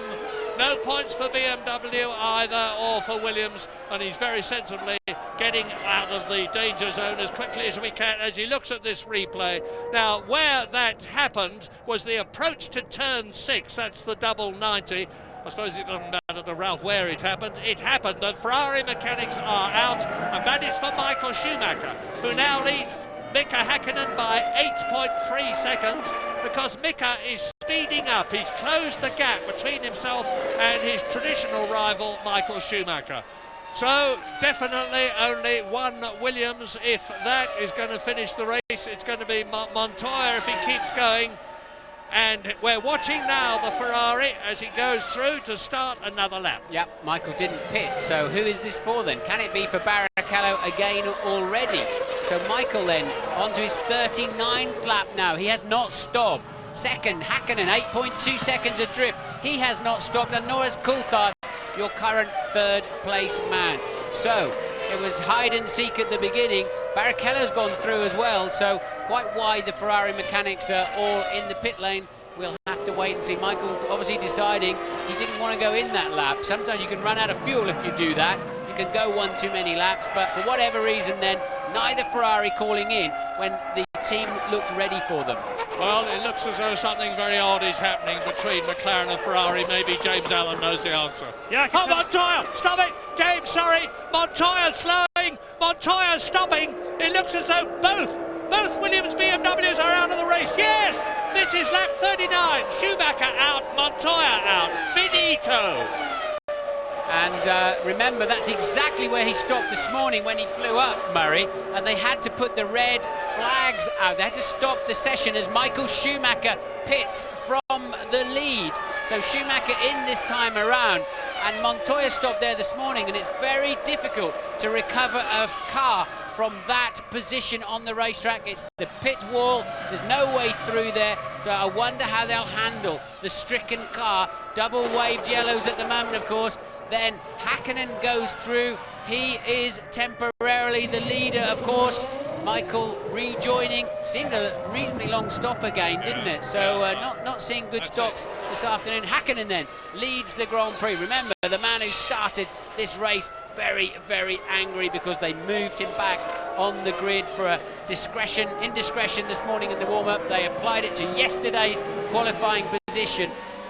And Montoya is right near the pit exit. Can they clear his car out of the way, or will they decide to just leave it there? That's a tough call for Charlie Whiting and Herbie Blash, the two race directors who have got to make those crucial calls. And Coulthard then, second place at the moment, 4.2 down on teammate Häkkinen. Lap 40, 33 to go. Häkkinen leads, Coulthard second, McLaren, Rubens Barrichello up to third, and Michael Schumacher has been in and made his pit stop. This is Rubens, and the gap between himself and David Coulthard is some 5 seconds as Alex Young moves over and lets him through.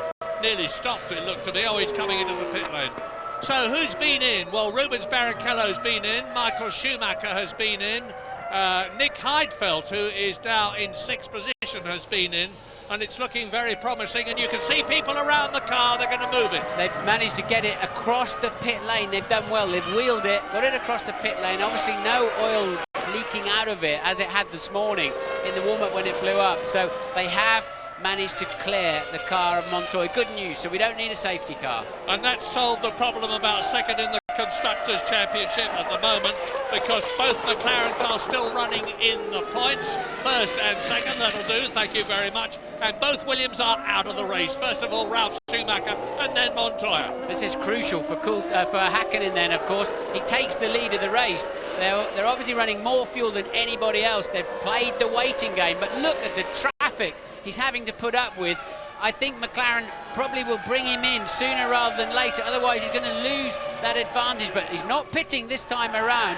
He'll easily clear the Jaguar by the end of the straight, but he's still got 2 more medium-fast cars to get past on the next lap. It's De La Rosa, he's past De La Rosa. Now the next one is Jacques Villeneuve in the BAR, who is running in 12th position, and then it's Jean Alesi, and here is the Ferrari bearing down on us, Rubens Barrichello, and there's no doubt at all about the fact that the McLarens will have lost time threading their way through the traffic, but only for a short while, because then it's going to be Rubens Barrichello's problem. He's got to get past the traffic that they will already have cleared. Lap 42 now, 31 to go. Well, remember, Barrichello is 2 stopping. He is currently 11 seconds ahead of Michael Schumacher, who will not stop again. That is a Minardi, that's Alex Young, still coasting around. We saw him coast into the pit lane. He's obviously gone back out for another attempt, still got the problems. So I think Barrichello is not looking that great. He's only 11 ahead of Michael, and he's got to make another pit stop. So the McLarens are looking strong. When they pit, will they manage to get out in front of this Ferrari of Michael Schumacher? He's lapping on a 1:15.5 at the moment. Coulthard on a 1:14.9. It's Coulthard on the move now. Well, Ross Brawn, the technical director at Ferrari, is reckoned to be the guru of race strategies. It may well be that McLaren are outthinking him in this race, because on lap 43 there is Mika Häkkinen, and he's got ahead of Jean Alesi to lap the French Sicilian, who is in 10th place. Pedro de la Rosa has been lapped, of course. Yes, de la Rosa out fumbling himself, and now he's got to get out of Coulthard's way because he's being lapped. He will see blue flags waving aplenty, and doesn't appear to be ready to do that at the moment. Maybe he doesn't realise that with that slip up in turn 1, the other McLaren has now homed in on him. So Häkkinen then has cleared the 3 cars. Lap 43 race order: Häkkinen, Coulthard, Montoya walks in, 3rd is Barrichello, 4th is Ralf Schumacher, and of course both the Ferraris have stopped, neither of the McLarens have stopped. Heidfeld is up to 5th, Irvine is up into 6th position in the Jaguar, 7th is Frentzen, 8th is Trulli, 9th is Panis, 10th is Jean Alesi. Out come the McLaren mechanics carrying the tyres. I wonder if it'll be for Coulthard, who's tucked up in traffic, or will it be first for Häkkinen? Häkkinen, as he was ahead on the grid under the McLaren arrangement, has the choice of when he wants to pit. So I would imagine he would go longer, and indeed he has. Häkkinen goes through. Coulthard then pits. It saves him taking that traffic. Now it's going to be crucial. Will they be anywhere near Michael Schumacher when they come out? Can Coulthard get out anywhere in front of Schumacher? Because that'll put Häkkinen in good shape too. It's going to be close. It is indeed. And so here is David Coulthard sitting in the McLaren. Well, they kept the clock running a lot longer than they should have done. I think it was about 9.5 seconds, and there is the Ferrari. And here, coming down the pit lane towards us now, is the 2nd. I think that's an Arrows, Murray. I think you'll find that's an Arrows that's passing down. It's orange rather than the scarlet. So which of the Ferraris was it from that high shot? Because we know that Barrichello was 11 seconds ahead of Michael Schumacher, and that's De La Rosa and Panis and Villeneuve, who'd been threatening to get together as the leaders came through, obviously having a tangle down there at turns 9 and 10. Yeah, dreadful race for Jacques Villeneuve.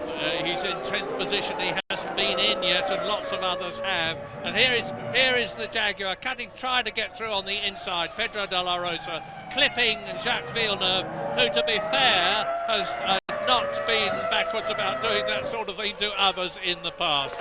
And there's a reversal of positions here. Jacques Villeneuve coming in from now 12th position in the BAR. The weather continues to be superb. The track temperature still remains at about 30 degrees. All calm in the Ferrari garage on lap 44 with in this 73 lap race. And that is Mika Häkkinen leading the American Grand Prix.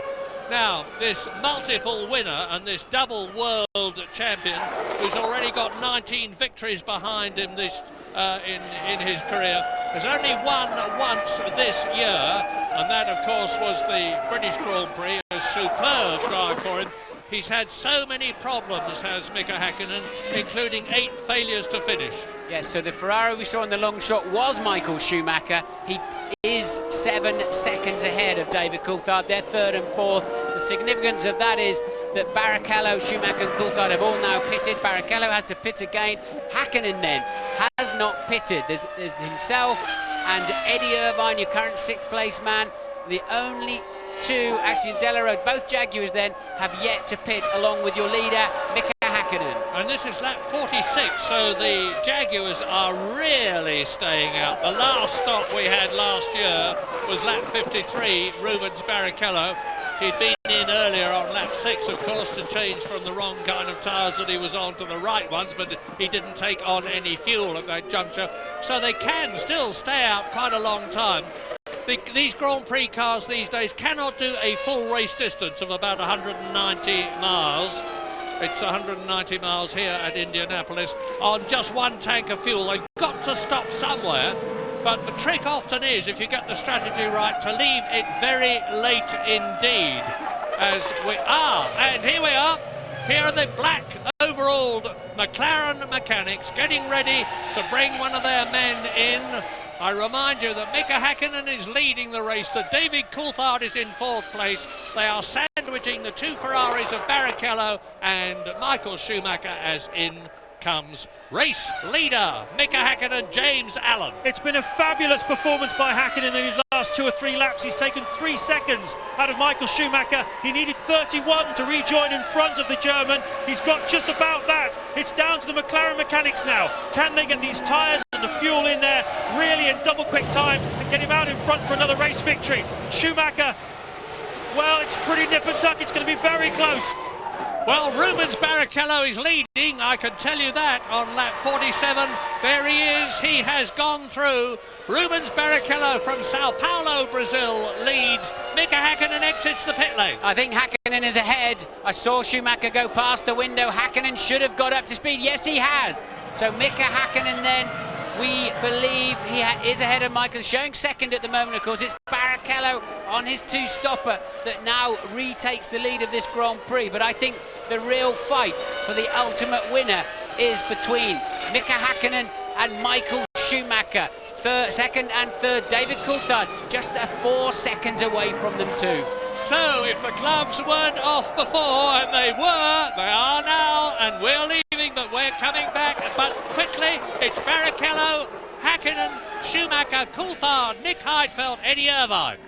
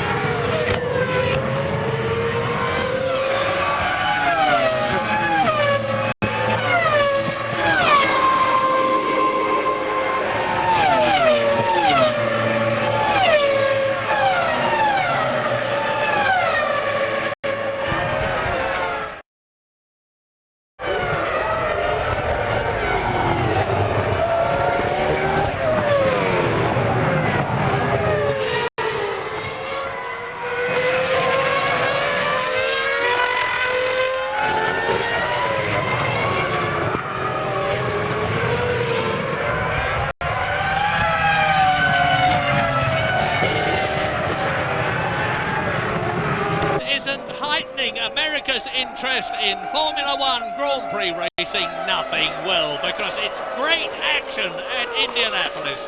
Lap 49 out of 73. Rubens Barrichello leads Mika Häkkinen by 21 seconds. But of course we're pretty sure the Brazilian has still got to make another stop. Well, he has got to make another stop, but what's playing into Barrichello's hands is A, he's lapping very quickly and hauling himself back into contention, because B, Schumacher, Michael that is, of course, and Häkkinen and Coulthard have engaged a lot of traffic. They're really having some very slow laps.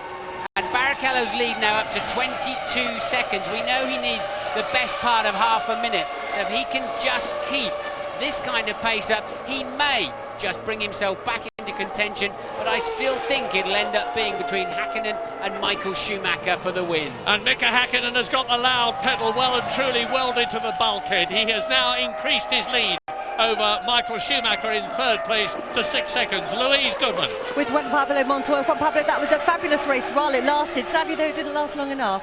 But no, it's a bit disappointing. You know, we could have got a win here. It would be my second Formula 1 win, and back-to-back here would be brilliant. And you know, it didn't happen, but I'm glad we made a good show for Murray in his last race. Fabulous move you made on Michael. Was it fun? Yeah, it was really good fun. You know, I did enjoy it, and I was just going for it completely. Thanks, Juan Pablo. In comes Rubens Barrichello, race leader. He led by 22 seconds at the end of the previous lap. Is it enough? Will Hakkinen get through before Rubens Barrichello comes out? I'm trying to do two things at the same time. Watch the monitor and watch the track. There is Hakkinen! There is Hakkinen! And Rubens Barrichello is not, I think, going to get out in time. It looks to me, yes! Yes! Mika Hakkinen takes the lead and Michael Schumacher comes through and he's going to be ahead of Rubens Barrichello too. So the Brazilian with that second fuel stop has gone down from first to third. There they are, absolutely together, and he's kept second place. Yeah, that's important for Barrichello, so now he's got to try and hunt down the McLaren. And I don't see Michael giving him any problems. Michael wants him to finish second in the World Championship and get a clean, absolute clean sweep for Ferrari, 1 and 2 in the drivers, and of course Constructors' Championship as well, which they've already won. So now it's down to Barrichello to chase down Hakkinen. Coulthard is just out of the picture, 3.5 seconds behind them, behind the second Ferrari there, so it hasn't worked out so well for him. It's looking great for Hakkinen, the man who said, I'm fed up with this sport, they've taken me off the front row of the grid, I'm going to take a sabbatical. And look at the speed he's put on this afternoon. It's been a smart strategy from McLaren, very, very good, and that's enabled them to lead this race. Well, as an Englishman, I'm keeping my fingers crossed for Eddie Irvine in the Jaguar, because although he has yet to come in, he's now 24 seconds ahead of Jarno Trulli, who's in 6th position in the Jordan, and there is the Jaguar. Now, it could well be that Irvine can get out in time to clear the circuit and retain that. Oh, he won't. It's De La Rosa for a start. And that was not good. It looked to me as though he had some sort of a problem. He's down in 13th position, incidentally. And just to keep you clear, as you see, Alex Young walking in from retirement. Eddie Irvine is yet to come in. Retirements, incidentally, in order of retirement. Kimi Raikkonen is out. Alonso is out in the Minardi. Ralf Schumacher, of course, in the Williams BMW. Alex Young, you've just seen retire. Montoya is out. Verstappen is out. Villeneuve has now retired. There are 15 of the 22 starters left, of whom the last is Thomas Enger. Everybody up to 6th position has been lapped, and that includes 7th place Nick Heidfeld. We're on lap 52 with Mika Hakkinen, who has stopped once, leading Rubens Barrichello, who has stopped twice and will not be stopping again, 6 seconds behind him. Michael Schumacher is closing on his teammate, Michael in 3rd position, as we look at Eddie Irvine, still out in the Jaguar, and this is lap 53. Surely he can't stay out much longer. Barrichello took 3/4 of a second out of Hakkinen's lead on the last lap. So it's down to 5.4 seconds. I can see the Jaguar mechanics in the pit lane. So Eddie Irvine will be the final man this afternoon to make a pit stop, and there it is. So Irvine out of 6th place. We think he's going to drop down at least 2 positions with that, and it'll be nip and tuck between himself and John Alesi, I think, for 7th place when he emerges, assuming he has no problems. Well, I'm trying to watch the track as I watch Eddie Irvine come in to see for the flash of yellow, which will be Jarno Trulli's. John, there it is! Trulli goes through. Eddie Irvine has lost a point at the present moment. How's the stop going? It's nice and clean. Out he goes, 7.8 seconds. Not a lot of fuel gone in, of course. And there is David Coulthard. And Heidfeld went through as well, so I think Eddie Irvine will be 7th when he rejoins the racetrack. There's not going to be a lot in it between the two of them, and we're on lap 53 now, so there's 20 laps to go. 20 laps each of 2.6 miles, and the Benetton leading the Prost into the top straight. So another 4/10 then lap time around. Barrichello the lead down to just 5 seconds now. He's making a charge on Hakkinen. He's got plenty of laps to do it. If he moves along at that kind of pace, Barrichello can haul himself up to give himself a chance of winning his second Grand Prix. So Rubens then really getting on it now. Can Mika Häkkinen respond? Michael Schumacher's cruising in third, really, and Coulthard keeping a watching brief too in fourth.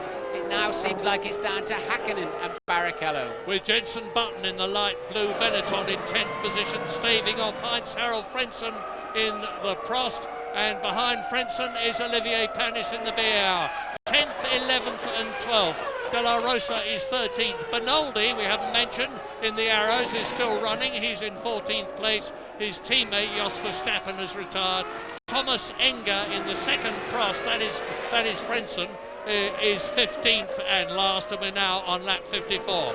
And Rubens Barrichello now. Häkkinen has gone through. He's on his 55th lap. The gap between himself and Barrichello has come down again, 4.6 seconds. So Barrichello is lapping about just under half a second faster than Häkkinen at the present moment. Now that means he would need about 10 laps to close with Häkkinen, which would take us up to round about lap 65 with 8 laps to go. It's getting very exciting here at Indianapolis.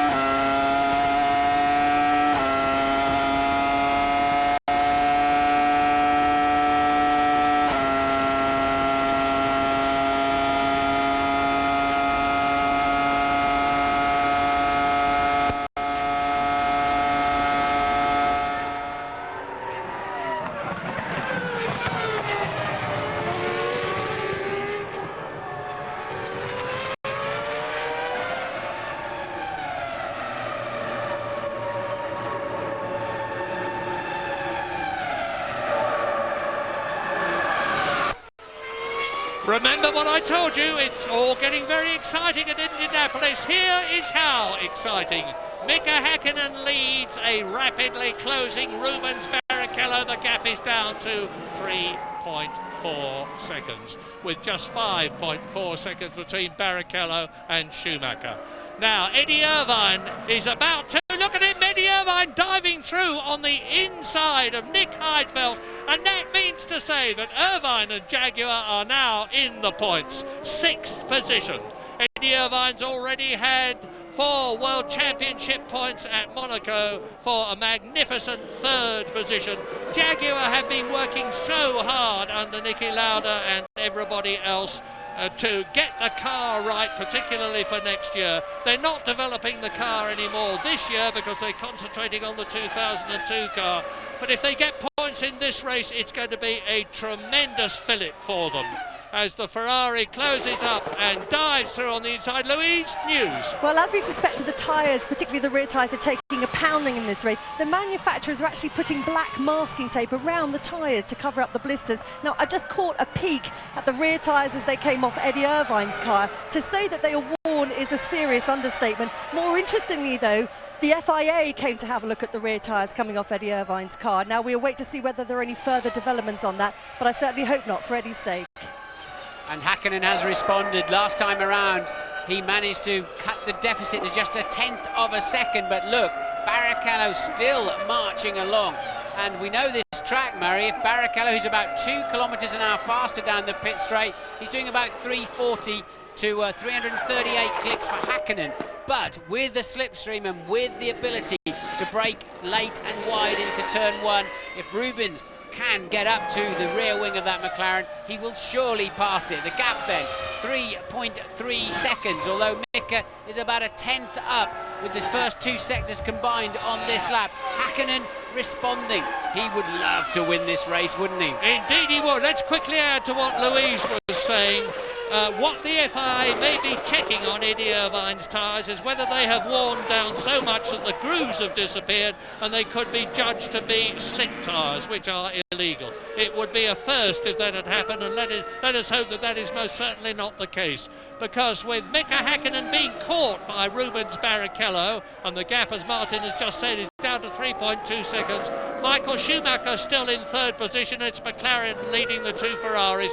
David Coulthard, who has been in the points every time he has finished this year. He's had 4 failures to finish, but in every other race he's got points, including 2 superb victories in Brazil and Austria. He's in 4th position, and Jarno Trulli is 5th. Jordan, that's good news for Jordan. Eddie Irvine, magnificent news for Jaguar if he can stay where he is. And he's actually pulling away from Nick Heidfeld in the Sauber. The gap is now 2.5 seconds. Jordan Lacey, in the veteran, is in 8th place in the Jordan, ahead of Fisichella and Button, who are 9th and 10th, with 16 seconds between them. Then it's Frentzen 11th, Panish 12th, De La Rosa, Bernoldi and Enger. 15 runners out of the 22 starters. And here comes Mika Häkkinen. And look how Rubens Barrichello is closing. 3 seconds. Yes, it's about 1/10 a lap now, so 14 laps to go. There's still time, and there's Coulthard then. He's beginning to edge up on Michael Schumacher, so 1 Ferrari catching the leader, and 4th place man Coulthard catching 3rd place man Michael. We could see a storming end to this US Grand Prix.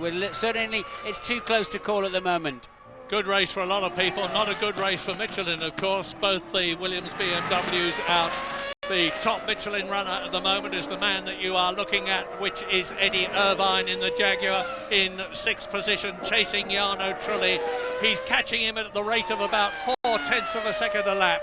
But even as I speak, Jarno Trulli speeds up a bit and maintains the gap between himself and Eddie Irvine at some 13 seconds.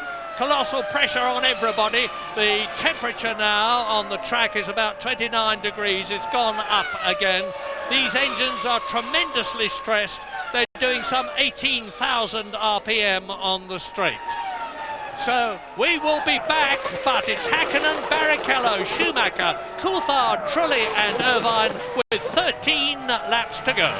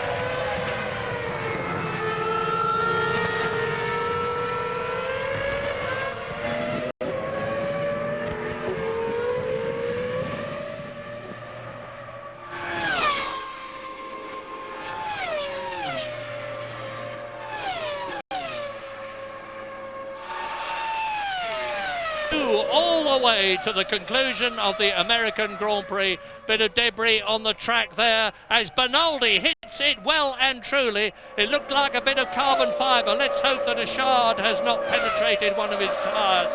As you watch the continuing battle between Jenson Button and Heinz-Harald Frentzen for 10th place, which Button has got at the moment. But it's Barrichello that's making the news at the present moment. Häkkinen, lap 63, is now 2.8 seconds ahead of Barrichello. He's increased his advantage. Yes, Barrichello had to lap John Alesi last time around, lost half a second. That carbon fibre looked British Racing Green to me, a piece off a Jaguar, I don't know, but could come into play. There's a lot of shards of carbon fibre on the pit straight when the cars are doing 200 miles an hour and the tyres are massively loaded. So let's hope they do not pick up a puncture. But at the moment then, Häkkinen is just able to keep his nose ahead from the closing Barrichello, and lots of debris all over the place, isn't there? Coulthard still just edging towards Michael Schumacher as well, the third placeman. There then is the gap to the leaders, and again Häkkinen a 10th faster last time around. Well, it's Pedro de la Rosa's Jaguar. You were absolutely right, Martin. Jolly well spotted. That's lost a bit of bodywork, which was hit by Bernaldi's arrows. You can't change direction very rapidly when you're doing about 205 miles an hour in that very slippery arrows, which incidentally is going to have a Cosworth engine next year and is rumoured to be having Heinz-Harald Frentzen as one of its drivers. We'll have to wait and see. That is the lap to Jean Alesi in 8th position. John Alesi's finished every Grand Prix this year, be it in the Prost and of course now the Jordan, so Alesi with a supreme finishing record, and that then is the scrap for the final podium position of Schumacher and Coulthard. 2.2 seconds between them. Coulthard occasionally nibbling a half a second out of that, and occasionally it's nip and tuck, but David then just beginning to get a sniff of that podium. He needs every point he can to try to defend his second in the World Championship, but this is looking very solid this afternoon for McLaren to confirm second in the Constructors. Oh, indeed it is. That may not seem much to you, but with BMW homing in on the Mercedes engine McLaren, I think it'd be a big thing in the car industry and certainly for the Germans. Yeah, and they need a bit of encouragement because it's been a very bad season as far as McLaren are concerned. Any other team, of course, would give their IT to have done what McLaren have done this year. But for Ron Dennis, Martin Whitmarsh, Adrian Newey and everybody else at the working team, only wins will do. Well, they might be having another win here today. They've got a wonderful record, McLaren, in America. This is the 9th circuit that the American Grand Prix has been held on. So many of them: Riverside, Las Vegas, Long Beach, Dallas, Detroit, Indian, and this is by far the most important. We're on lap 65 now in the 73-lap race. Mika Häkkinen seems to have consolidated his advantage because the gap to Rubens Barrichello has now increased by another 1/10 of a second to 3 seconds. There, that was the McLaren. Here is the Ferrari. So there's 3 seconds between the two of them. It may be a bit more as they complete this lap. I'll tell you in just a moment. Well, you can see for yourself. No, Barrichello has taken 2/10 out of his lead. Now there's about the same gap between Michael Schumacher and David Coulthard for 3rd position. Just 2 seconds because David Coulthard is closing on Michael Schumacher as Barrichello is closing on Mika Häkkinen. Great stuff. Who do you want to win, Murray? I'd like to see either of them win, really. Häkkinen because he's departing Formula One, at least for a sabbatical, maybe even full retirement. But Barrichello deserves to win this race too, because I think he's driven the best race of the afternoon, no doubt about it. Driver of the day is Rubens Barrichello. I'd love to see him win this, but maybe a dead heat would be nice between the pair of them. But he's going to have to get his skates on because Häkkinen seems able to respond to the pressure. They all deserve to win, but Rubino's my man, since you ask. He's such a nice bloke. He's just got one Grand Prix victory behind him. Michael Schumacher has got 52 of them. Mika Häkkinen has got 19 of them. David Coulthard has got 11 of them. So they've had their share, you can say. Rubino, who, as I said earlier on, has come up through the Jordan team and then Jackie Stewart's team, which is now Jaguar, into Ferrari. and he's such a nice bloke, and he richly deserves the reward. And if he wins this race, it would be in meritorious circumstances, as was his first victory at Hockenheim in Germany last year, when he started 18th on the grid in wet conditions and just fought his way through from 18th to first. A brilliant drive. This is lap 67. Everybody is on tenterhooks. The gap between Hakkinen that you're watching now in the Mercedes-Benz powered, Bridgestone tired McLaren and Rubens Barrichello in the Ferrari with its Bridgestone tyres is 2.8 seconds. There's the Indianapolis golf course. Would you believe it? The super speedway at Indianapolis not only contains a Grand Prix circuit, which is actually slightly longer than the super speedway. You may find that strange, but it's true. But it also includes a very nifty golf course and some wonderful accommodation down there in the middle that you're looking at, including the fabled gasoline alley and the Hall of Fame, which contains cars and memorabilia from the great Indianapolis drives of the past and all of the great Rudolph Caracciola pre-war Mercedes-Benz driver superstars trophies. It's a wonderful place to visit. And we're now on lap 68. All of the first four then are in the pit straight at the same time. Just wish they were a little bit closer so we can see a bit of ducking and diving into that first corner. But Hakkinen then once again just a half a tenth faster than Barrichello that time around, so he's managing to control the gap, and supreme effort from him this afternoon. And don't worry folks in England, don't worry folks at Browns Lane, Coventry, don't worry folks in Ireland, your man Eddie Irvine in the Jaguar is still in the points position. 6th place, 1 point, not a lot, but only 6 people are going to score points in this race, and it's fingers crossed for Eddie Irvine being one of them. His boss of bosses, Jack Nasser, the boss of the entire Ford Corporation, is here. I had a quick word with him this morning. He's rooting for Jaguar, and it looks as though his presence has brought a bit of luck to the team. And Pedro de la Rosa, the other Jaguar driver, the Spaniard from Barcelona, is down in 13th place. Reading. A sick-sounding red car just went past our window. I think Barrichello's car sounds sick. Doesn't sound like a full complement of 10 Ferrari cylinders, and indeed he was slow. Barrichello, I think, is about to drop out of this Grand Prix. Drama of dramas. There's going to be a lot of disappointed people here because there are a lot of Ferrari fans. And yes, Martin, you're right. 2 suspicious puffs of smoke from the back. He's driving a terminally sick car, I think. And the Ferrari mechanics looking worriedly at the monitors. Well, they might, as Michael Schumacher closes up now, gaining on his teammate. It looks as though it's going to be a famous victory for Mika Hakkinen, and how richly he deserves it. But what is the... Well, it's getting worse and worse. That smoke is getting thicker and thicker. Let's hope he's not dropping any oil on the circuit on the fast line. But Rubens has clearly had it. Oh, that's it, bang, bang, out goes Rubens Barrichello. Or does he? Well, he should have. He should have gone in the pit lane with that one. It's pointless with 4 laps to go. It's pointless because it's going to let go and drop its contents all over the racetrack if he's not careful. So Rubens electing through total frustration, I would imagine, not to go in the pit lane, but it's game over, Rubens.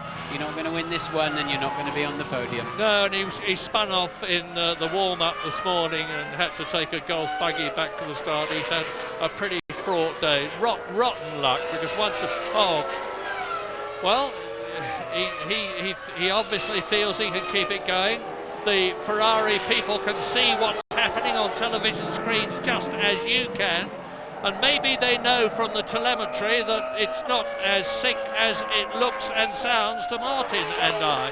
He's still in 2nd place. Mika Hakkinen is now on lap 70, and he's got a commanding lead now of 9 seconds. It's looking more and more like another win for the Flying Finn. It would be his 20th. Normally I think Michael would defend him and would not pass him to keep the maximum points for Rubens, but with Coulthard there, who's been sort of menacing all afternoon for Michael Schumacher. All Schumacher can do is try and slow Coulthard down at this point, because Rubens has no defences, and Michael can't really help him. Look, he's going to have to just pass him. It's so slow, and look, podium position is about to disappear in the next few 100 metres. Nothing, no point in defending your line. That's not smart, Rubens. Frustration. Come on, you've driven brilliantly this afternoon. You've deserved to win the last 2 Grand Prix that we've had, but that's not smart to be diving around when you've got a sick motor car. Well, he's certainly holding David Coulthard up and allowing Michael Schumacher to sprint away in now second place for 6 World Championship points. He's had 4 of those places already this year, and it looks as though Michael Schumacher's World Championship score is going to be even higher at the end of this race than we thought it was. Mika Häkkinen is now on lap 71 for McLaren and Mercedes. Coulthard will be well unimpressed with that, because it's just his homing in on Michael Schumacher for what would have been, or what will be now, second place, has all but evaporated because he's been held up badly behind the sick Ferrari. No blue flags waving that I can see, however, so officialdom is not taking exception to what Rubens Barrichello is doing. And David Coulthard, I just saw a flash of the McLaren getting past there, and unless I'm very much mistaken, and no, I am not very much mistaken, because there is Coulthard in front of Barrichello as the Jordan unlaps itself. Lap 72, race order very quickly in the closing stages. Häkkinen, Schumacher, Coulthard, Barrichello. Trulli is 5th, and he may finish in 4th position. Irvine is still in that 6th place. Tony George, the boss of Indianapolis, is down there on the start and finish line to see the end of what has been a great race in America. Okay, it looks like it must be some kind of fueling problem, or just one cylinder out. So Barrichello, I mean, actually I'm wrong and he's right, because he may as well carry on. He's 38 seconds ahead of Jarno Trulli and managing to lap within about 5 seconds of the pace, so he may just actually stay in 4th. It's clearly not a mechanical failure down there. It's no, there it is, it's gone. There he is, out goes Barrichello. His engine's seized up from the look of it. Look at those black rubber marks on the track where everything locked up and the rear wheel ceased to revolve, and Rubino has at least got it off the racing line and is out of the track. So now up into 4th position goes Jarno Trulli. Can he get the Jordan home? This is a replay of Barrichello staying out. Up into 5th position with another World Championship point goes Eddie Irvine. And up into 6th position for yet another Sauber World Championship point in the year 2001 goes Nick Heidfeld. And Mika Häkkinen, the flying Finn from Helsinki, is on his last lap. Looking magnificently good for his 20th World Championship win. 10 World Championship points to lift the Finn ahead of Montoya, who has retired to a 5th position in the World Championship. That won't please Mika particularly, but another win when he's had so many problems this year is going to be great for this quiet, popular Finn, who is now entering turn 13. This is the last corner of the last lap, and Mika Häkkinen takes the checkered flag to win the American Grand Prix. A superlatively good victory. And is he pleased? Yes, indeed. Clap, clap, clap. Well done, Mika. And there's Rubens sitting disconsolately with his back to the pit wall. And Mika even stops the car. He's so pleased with himself. Yes, his 20th Grand Prix victory, well earned. We said at the beginning, would he use that anger and frustration at losing a line on the grid in a positive way, or would he trip over somebody through anger into the first corner? Well, we now know the answer. So a stirring victory for Mika Häkkinen. Schumacher then second. Coulthard just 9/10 down in the end for 3rd place over the line, and a great win.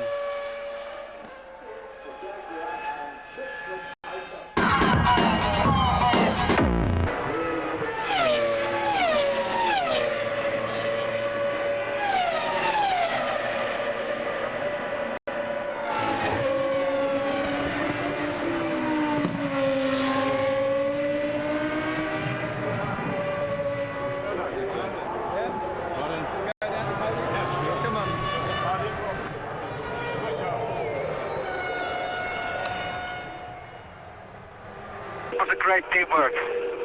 Brilliant, guys.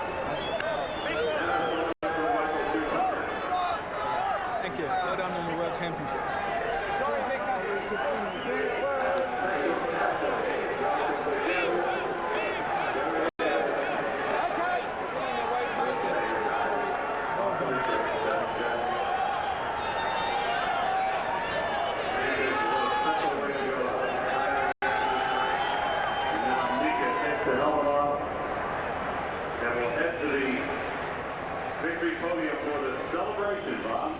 Yep. And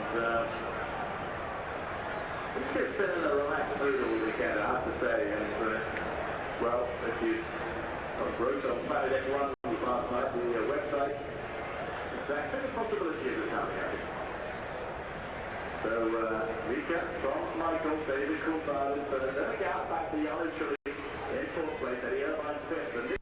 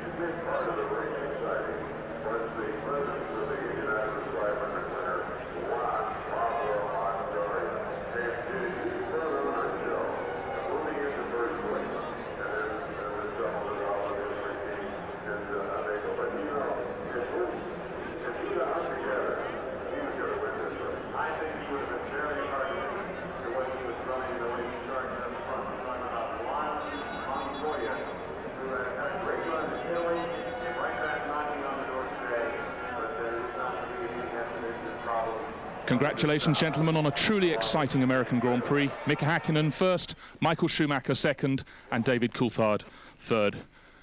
Mika, that was a truly fantastic race. You started fourth and fought your way through to the front. You must be truly overjoyed. You certainly look it. Yeah, that was definitely one of the highlights of this season for me, definitely.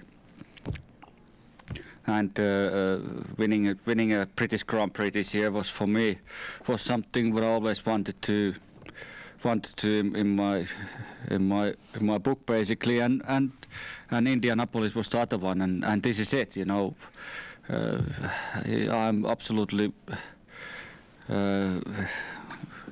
still a bit confused, to be honest, to really experience what has happened today. Particularly because of this morning incident, what happened to me, damaged the race car, so mechanics did the fantastic work to able to fix that, first of all, and second thing was I went through the red lights today, this morning in free practice, and the stewards decided to give me a penalty for that, and they dropped me to second row. I qualified second, so they put me in fourth position. So disappointing it was, obviously, and all that frustration what happened this morning, and to sitting here in the middle and winning Grand Prix, it's just flat out, you know. I don't know, you know. I'm just incredible. I'm very happy, pleased. I don't know the words to even say, you know. Thank you very much, Mika. Michael, last year it was your day here at Indianapolis, but today it was Mika's. How did you feel about your race? Well, pretty, I say, straightforward. Not many excitements except the one I had with Montoya. I don't know where he was coming from. I mean, I looked in the mirrors and he was quite far back when I left turn 11, and then I saw him coming flying at me down the straight. I tried to make it as difficult as possible, but obviously our tyres at this stage, in the end of their life, weren't as good as their tyres. I mean, he was all over me before that, and so he got me. Except that it was pretty boring. We were struggling a bit with traffic just before the pit stop time, and that was it. Mika, I think he won fair and square. I'm pretty happy for him, because to some degree justice came probably into place after what happened to him this morning, and therefore I think today the results, at least I can live very well with that. I'm a bit disappointed obviously for Rubens, who could have been in second position today, but yeah, I think it's our first engine failure we have had this year, if I'm right, and in this perspective, that's not too bad, but would have probably been better happening to me rather than to him. Thank you very much, Michael. Over to David. Talking of that engine failure for Rubens Barrichello, you were chasing Michael very hard, and then as you came past Rubens at the end, you appeared to get a whole face full of oil. Did that add a little extra excitement to your closing laps, or no problem at all? Yeah, obviously I was catching Michael a little bit, but I didn't expect that if I actually got on his rear wing, it would be particularly easy to overtake. But nonetheless, I was just trying to push to the pace that I could in my car. And I think I've been very fortunate today. I've obviously benefited from other people's misfortune, allowed me to come back up into third place. Very happy for Mika. Before the race, he wasn't so sure of what his chances of winning were, and I told him pretty confident he could win this race with the tyre situation. And then obviously with what happened to him earlier in the day, I think, as Michael mentioned, it was justice to turn it around. And obviously it's helped me a little bit in the championship, the fact that Rubens dropped out. It's never nice to accept points that way, but I've had a lot of misfortune in my racing career, so you have to take the...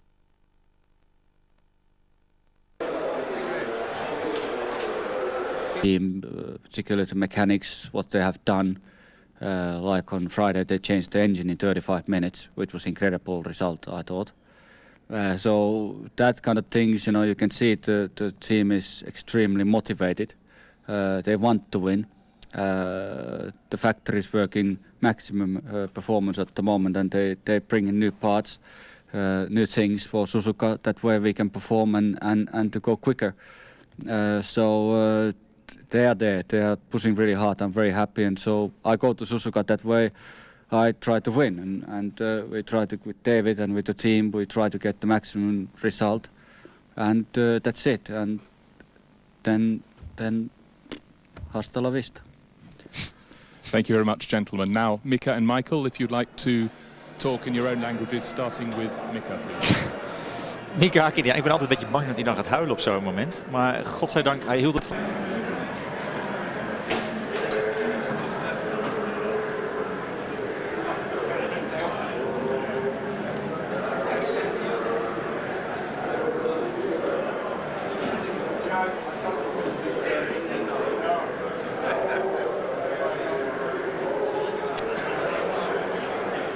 That's beer.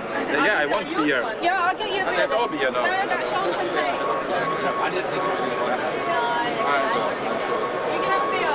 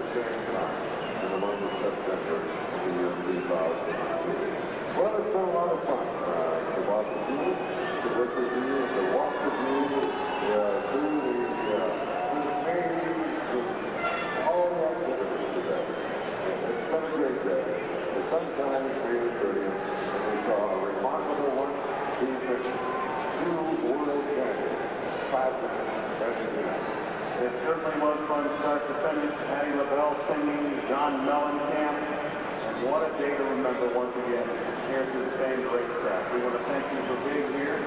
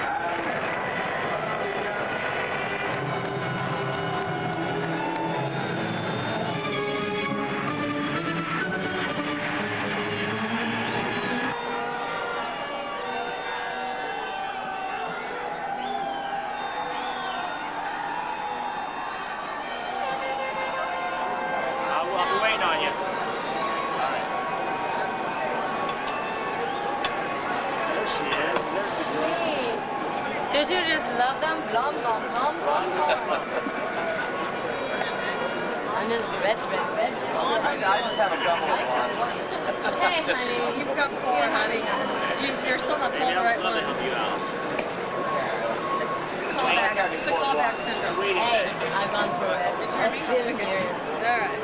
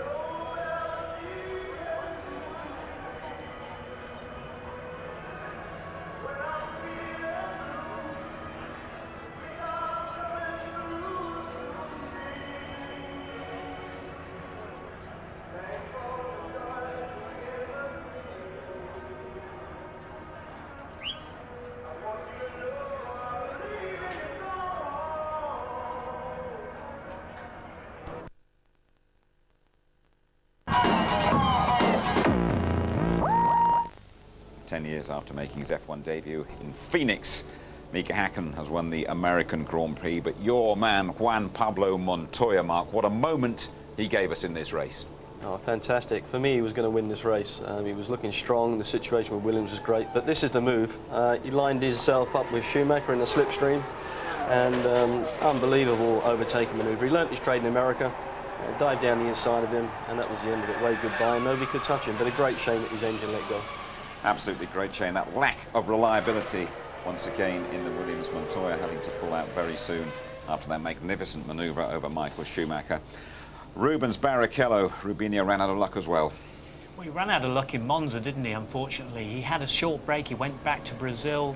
His first child, their son, was born, Eduardo, and he's been staying with one of his relatives, his wife's relatives over here, but he was just trying to hang on to this third place, desperate for those points, chucking out oil at the back, which was smearing David Coulthard's visor, probably making this track slippy in front of him. These two former Formula 3 protagonists from the British UK Championship, of course, know each other well, and here's the end of the race for Brazilian Rubens Barrichello. No luck for him, despite all the help of Ferrari and Michael Schumacher. Okay, thanks to both. Let me just confirm the result for you. Mika Hakkinen, just one more race to go for him, to remind you, before he takes a year out of the game. 10 out of 10. Schumacher second. David Coulthard, a good third place for him. Trulli, 3 points for Jordan. And Eddie Irvine, a couple of points for Eddie in the Jaguar. Well done to him. Nick Heidfeld, the last scorer for Sauber.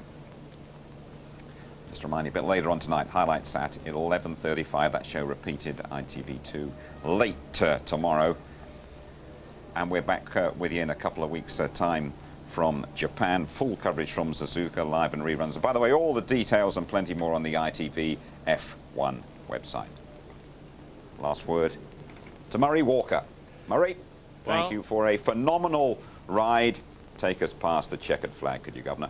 Well, watch my eyes. I'm a happy, smiling man, because what I wanted above all else, after 52 years of talking about Grand Prix racing, was to go out on a high note and be euphoric about the fact that we'd just seen a great race.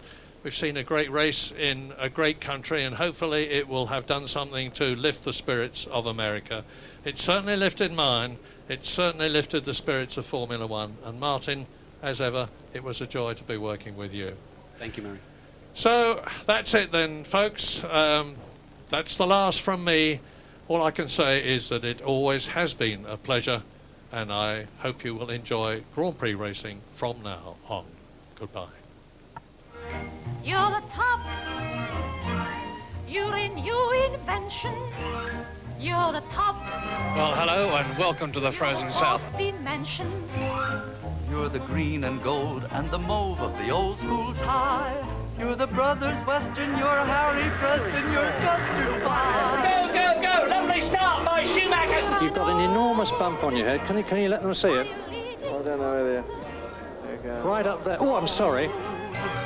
Where there's not a gangster. I'm a frog without a log on which to hop. Well, baby, I'm on your side. Wow, wow, wow,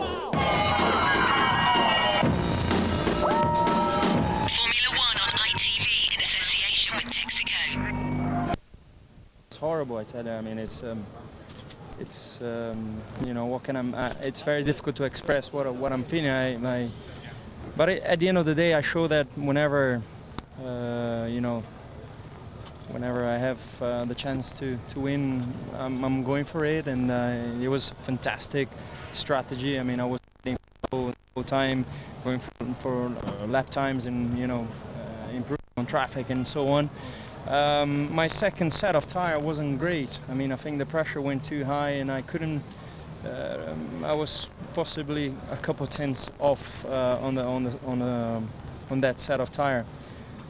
And then, you know, it was going to be close. I had a little bit more speed than Mika, so if I got it to 1 second, I'm sure I could have fought the whole way through, but it wasn't to be.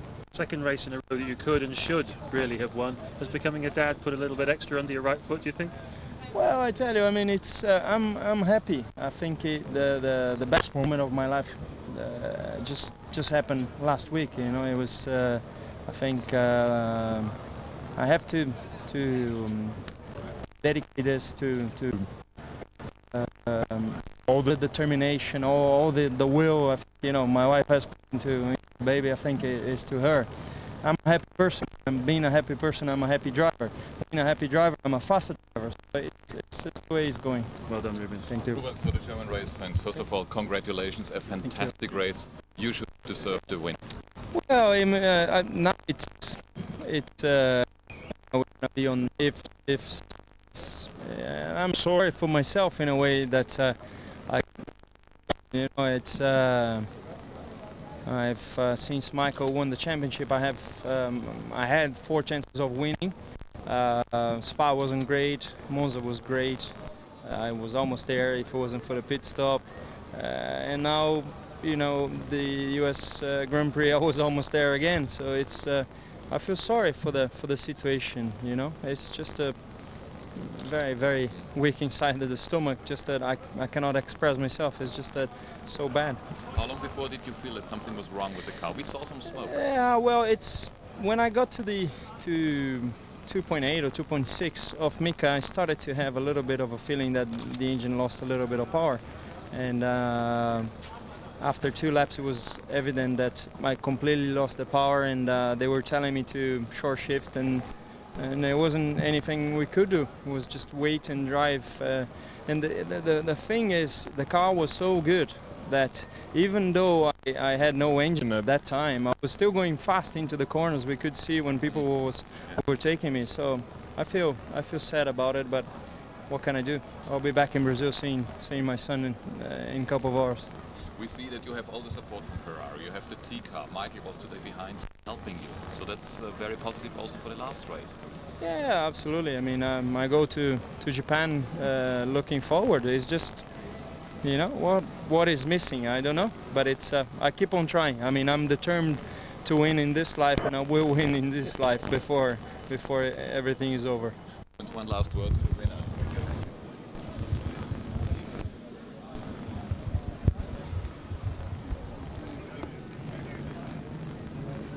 Auf jeden Fall in dieses Carré hier kommen, in die Mixzone. Zunächst mal sehen wir, wie er hier stellt, denn der hat hier natürlich auch genug. Und da sieht man mal, wie begeistert die Amerikaner hier von der Formel 1 sind. Er kommt gerade von der Pressekonferenz aus. Sie haben alle so lange gewartet, um Mika endlich hier zu sehen. Fragen wir noch kurz.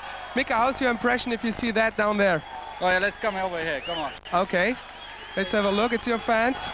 I think it's great, you know, we can definitely see it to everybody, like fans, you know, they are just big way supporting everybody else, and like I said yesterday, you know, the US been having a really difficult time, and USA has been having a difficult time, and so it's great to see there is a lot of different nationalities enjoying about the Formula One and motor racing and giving the maximum support, and it's nice to give them a little bit smile in their face. You think it's a good idea to give a request to the FIA to let you start from the 4th position in Suzuka? You know, I tell you what, you know, every time I've been starting second nearly in Suzuka in a qualifying, and I've been winning a Grand Prix, so it's great, you know, I'm happy. Cheers, guys. Thank you very much, Mika Häkkinen, und ich glaube, jetzt kommt... Hey, Mr. Domingo. I reported about the 3 tonners many years ago, about you and all the other two. So I think you've been the only celebrity today. How was that feeling? Well, I don't know about. I don't know. I just love so much Formula One, and I don't have so much chance to go. And today I really have the time, so I love to be here. You know, I go very often. You know, it's not for me. It's not an exceptional thing to come here. I go to many places, but in this season is the only time I was able to come, so I'm very happy that I was here. So many people have been scared, have been concerned about security. How did you feel during the race? Well, I think that it was the right thing to do, because, you know, we have been doing also with performances. The life has to continue, you know. We cannot let ourselves to put in that position that everything is scarce, everything. I mean, everything is fate, everything is, you know, whatever is written, you have to believe on that, you know.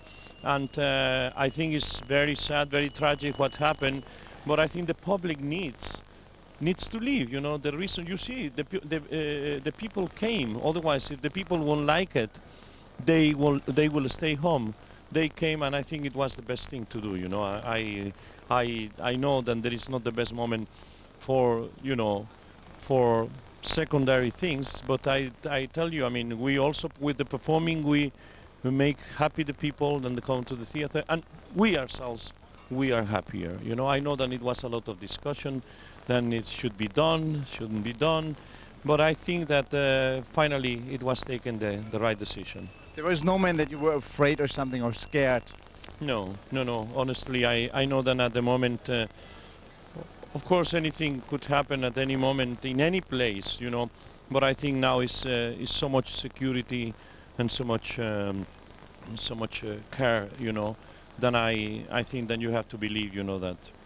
America still has problems to get along with Formula One. They love Indy cars, the Indy 500, all that stuff. How did you experience this year? I think they need a champion. I think they need a champion. What happened is, of course, with the Indy kart and so on, the cars are so equally, are so even, you know. Then it's very, very exciting for them to see the really race, you know. In Formula One, of course, so you start to see the power of either the Ferrari or McLaren or Williams, you know, and then sometimes other 2 or 3 cars, they come close, you know. But when you see this distance, you know, so the public, after a while, they say, well, we are sitting and we just see the same thing happening. I think that, first of all, they need an American driver. They need really an American driver that will be in Formula One, just like the times of Andretti, and then I also, for the good sake of the races, I think one would like to see the cars more even, you know. Last question. There's one person who speaks Spanish like you, Montoya. What did you think about this today? Well, it's just a pity that the car gave up, because I think he's an exciting driver, you know.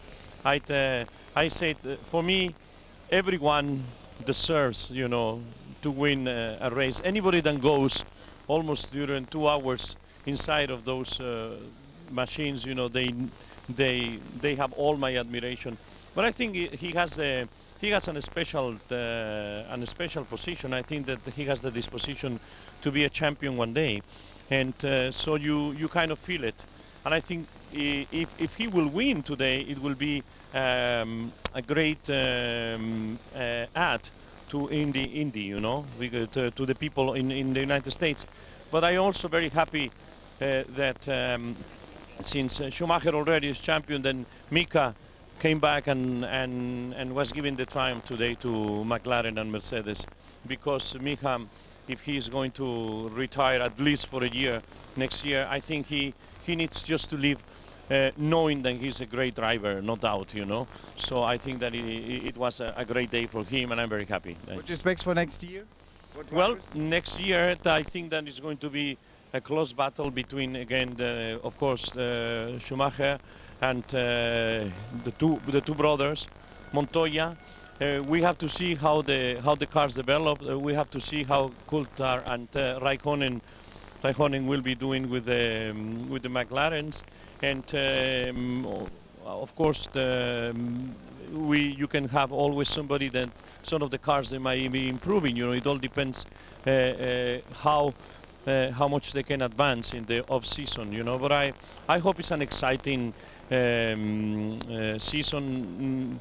Of course, we know that Michael wants to go for his 5th championship, which I don't have any doubt that one day he will pass Fangio. You know, I mean, it is already probably is going to happen, and you know, so you have to say to the champion until he stops being champion.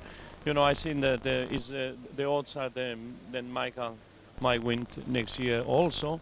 But I think it will going to be fantastic if his own brother Ralph Montoya and Raikkonen and some of the, you know, the Jordans, if they come just really strong, you know, if they can be Alessi and Trulli and somebody else, I don't know Button what he's going to do, because he was going to be with Williams. You know, it's a little bit difficult to say, but I hope that next year it will be exciting. You know, thank you very much. Thank That's you. Good. Thank you. So you're in LA right now, right? Thank you. Are you in LA right now, in Los Angeles? I was in LA, but now you finished? I am in New York. Yes. I'll give you a call, man. Ciao. Ciao. Mä soitan, moi. When you come back, you just need to do the photographs of you with the trophies just now, because the photographers are waiting for that. And then you can have a drink, mate. Oh man, jeez, maybe I changed my flight. There's a massive party happening tonight. You should be there. Special, right? You? Special.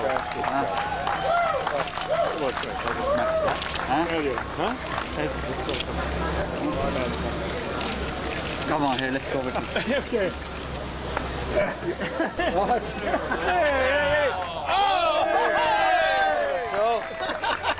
Well done, Joe. It's his race, huh? Brilliant, Nika. Oh, fantastic. Be careful, Joe. Fantastic. You know, you're going to be biased. You know, we need one more, yeah? At least one more. And next season. Around. Nika. Go, turn around. Go. Oh, that's your accent. Hey. Oh. Hey, Placido. Thanks, Joe. All right. Come on. All right. Come down. Shake hands with Placido Dominguez. All right. Oh, man, this is it. This is it. See, there's somebody up there. Placido. Where is he? Yeah, it's coming. Placido. Judah, please. We have a song. All right. Oh, Mika, congratulations. Oh, up. Did you enjoy it? Oh, very much so. Very much so. I think nobody enjoyed more than you. My God. I did. Seba. You see it? Chances are coming. Okay. Everybody this way. Okay. Everybody this way, guys. Come on. Okay, let's Okay. Congratulations. Congratulations. Okay.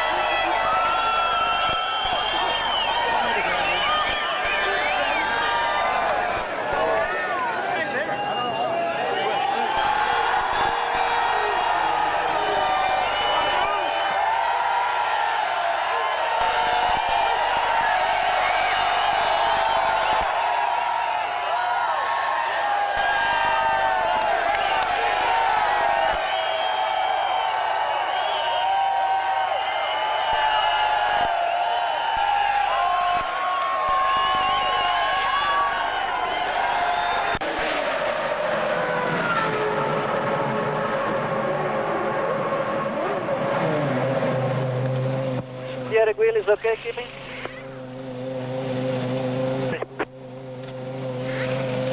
We also put in a bit of fuel so you can do it longer than only 20 minutes. Go, go, go.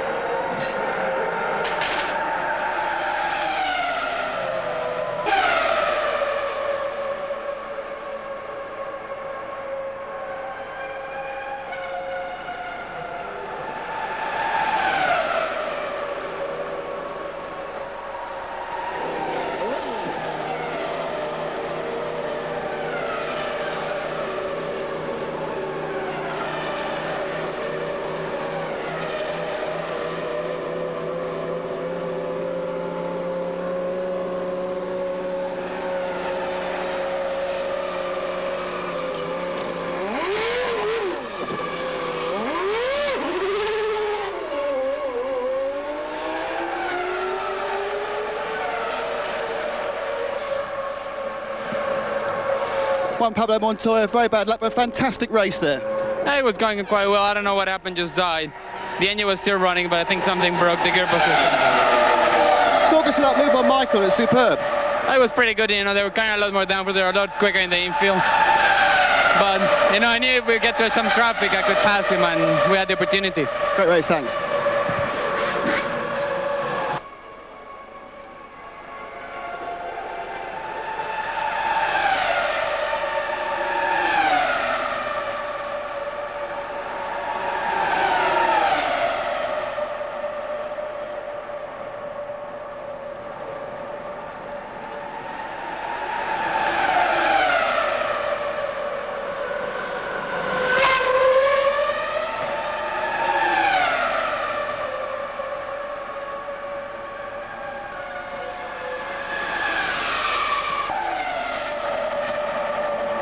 coming in.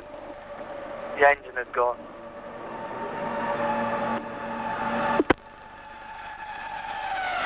Stick it right.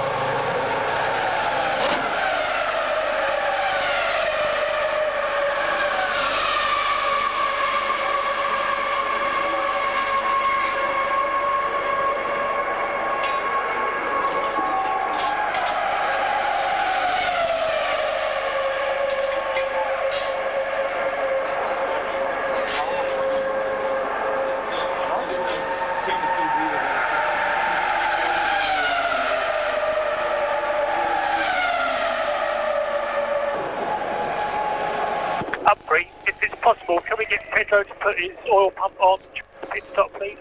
Pedro's oil pump on during the pit stop. I would prefer to do it afterwards. 40 seconds. 40 seconds. Okay, let's do it afterwards then.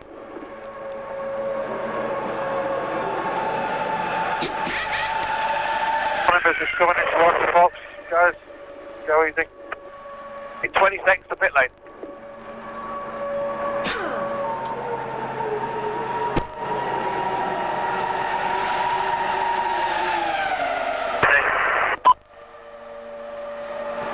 Easy in the box, easy in the box.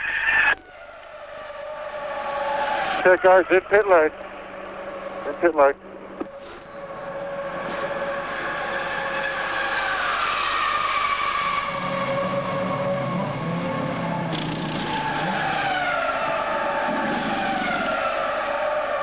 It's on.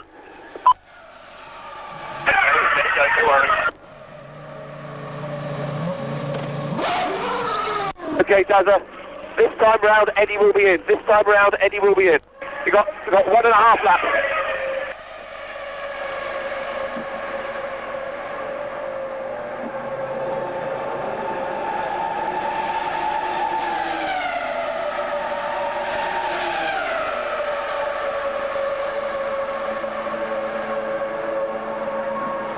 Steady, pit confirm, 40 seconds.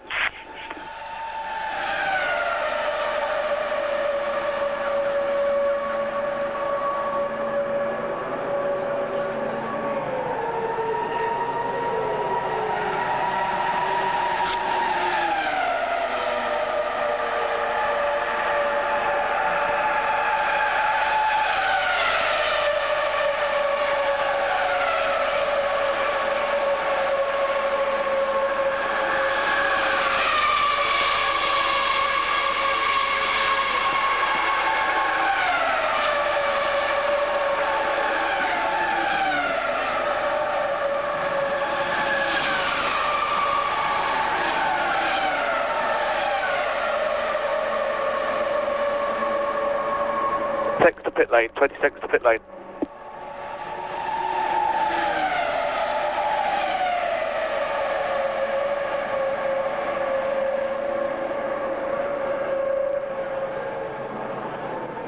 Okay, he's in the pit lane, just around the corner. There guys, here he is. Launch.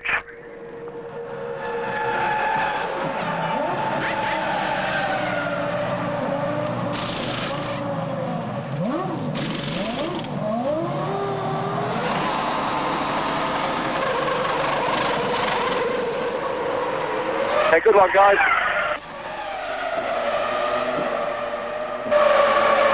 Alex Young, second Grand Prix, stopped a bit early. What happened? We had either it was a hydraulic failure or a gearbox failure.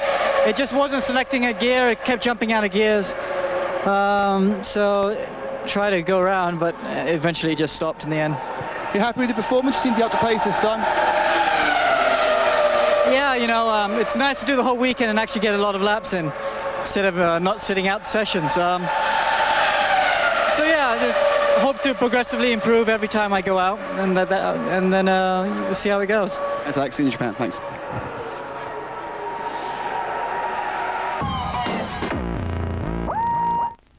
On a beautiful day at Indianapolis, we've enjoyed a great American Grand Prix, massive crowd as well, close to 200,000, and a very impressive drive indeed from Mika Hakkinen. I'm glad today the performance, and I think I did mention to a lot of people, you know, after the Monza, you know, I'm relieved, I'm happy.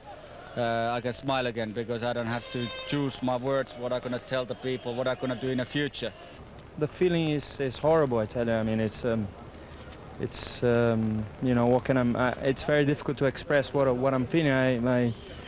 But at the end of the day, I show that whenever you know, whenever I have the chance to win, I'm going for it. Really happy. I'm happy for me and for the team because we struggled so many times. We've been very unlucky and we deserve this kind of result. So today was a good result for us. The car was handling very well during the race, especially the second stint. So very happy. Thanks to everybody.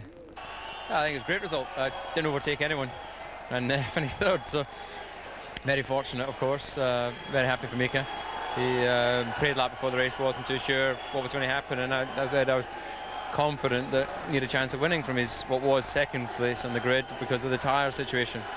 Are you happy that we put on a good show for the American public here this weekend? Yeah, I'm in two ways happy. I'm happy for the Americans to be happy to have us here, to enjoy themselves, and it makes us happy at the same time. I mean, we all suffered very badly in Monza altogether, so we all together make us happy in a way which is fortunate for all of us. So, perfect end to a difficult day for Mika Hakkinen, 10 years on from his F1 debut in Phoenix. World champion Schumacher second. Good stuff from Coulthard. Trulli fourth for Jordan. Irvine's 2 points, a real boost for Jaguar. Heidfeld with another point for the lively Sauber team. And David Coulthard then in good shape to finish runner-up. Barrichello so unlucky, he could have had another 20 points. Hakkinen, though, has overtaken Montoya. And McLaren now confirmed in second place. 14 points, an excellent return from Indy. Williams draw a blank thanks to Trulli. Jordan overtake BAR. Heidfeld scoring a precious point for Sauber. Tony Jardine, we wondered about coming here. In the end, though, a great day for motor racing. Great for motor racing because the American Grand Prix is so important. The second at Indianapolis, considering the circumstances, that everyone's come here under a cloud with heads bowed and everything. That was a fantastic crowd. It was a great day and it was a great motor race. So we're well on the way to establishing a footprint in North America for Grand Prix. Any American fan who might have thought that Formula One was boring, you would go, just have a little look at Montoya and Schumacher. You certainly would. And of course, as a big crowd favourite, a former 500 IndyCar winner at the Brickyard here. Just look at this at 200 miles per hour. Think of the weight transfer, think of the G-force. Think that's a four-time world champion. And this is a guy in his rookie year, the Colombian, Juan Pablo Montoya. There's his girlfriend, there's Connie and his dad in the background. What a move. Just breathtaking. The fans loved it, the Colombian fans there loved it. And we're looking at the guy who potentially could be challenging for the World Championship against Michael Schumacher next year. I say potentially. Yeah, he said he was delighted to give Murray an exciting race to pack up on, but blowing up the BMW, that not on the script.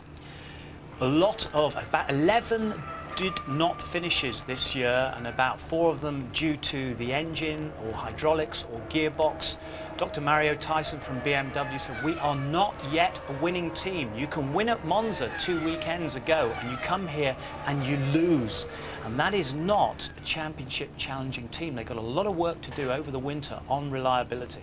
Heck of a day for Mika Hakkinen, wasn't it? He went through the red light in warm-up and then he gets 10 out of 10, but you've got to feel sorry for Rubens Barrichello. You have to feel sorry for Rubens. Yeah, Rubens, you know, said, I want to win this. I'm going to win this. That's how confident he was about it, and he nearly did so at Monza.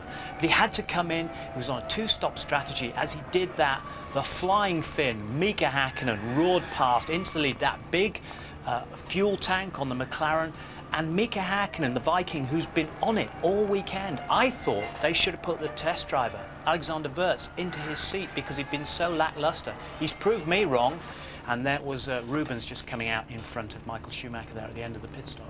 Just a quick final word about Eddie Irvine from you, Tony. Very, very important for him to get those 2 World Championship points. Jack Nasser, the big boss of Ford and therefore Jaguar, was here, and he just hit the jackpot at the right time. Probably saved his skin in Jaguars as well. Cheers, Tony. Thank you very much indeed.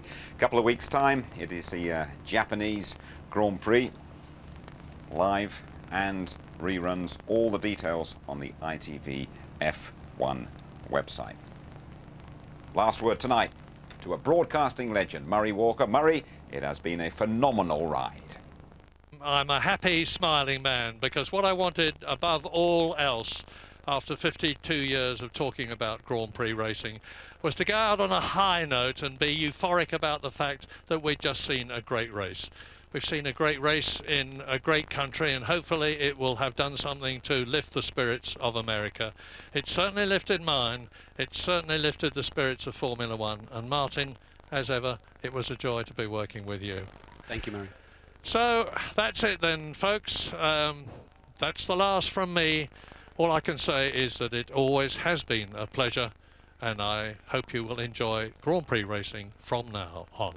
Goodbye. You're the top. You're a new invention. You're the top. Well, hello and welcome to the Frozen South. Dimension. You're the green and gold and the mauve of the old school tie. You're the Brothers Western, you're Harry Preston, you're custard pie. Go, go, go! Lovely start by Schumacher. You've got an enormous bump on your head. Can you let them see it? I don't know whether.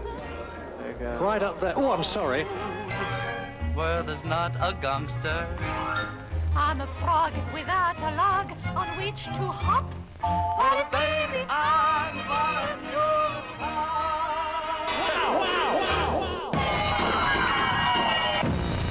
wow. Formula One on ITV in association with Texaco.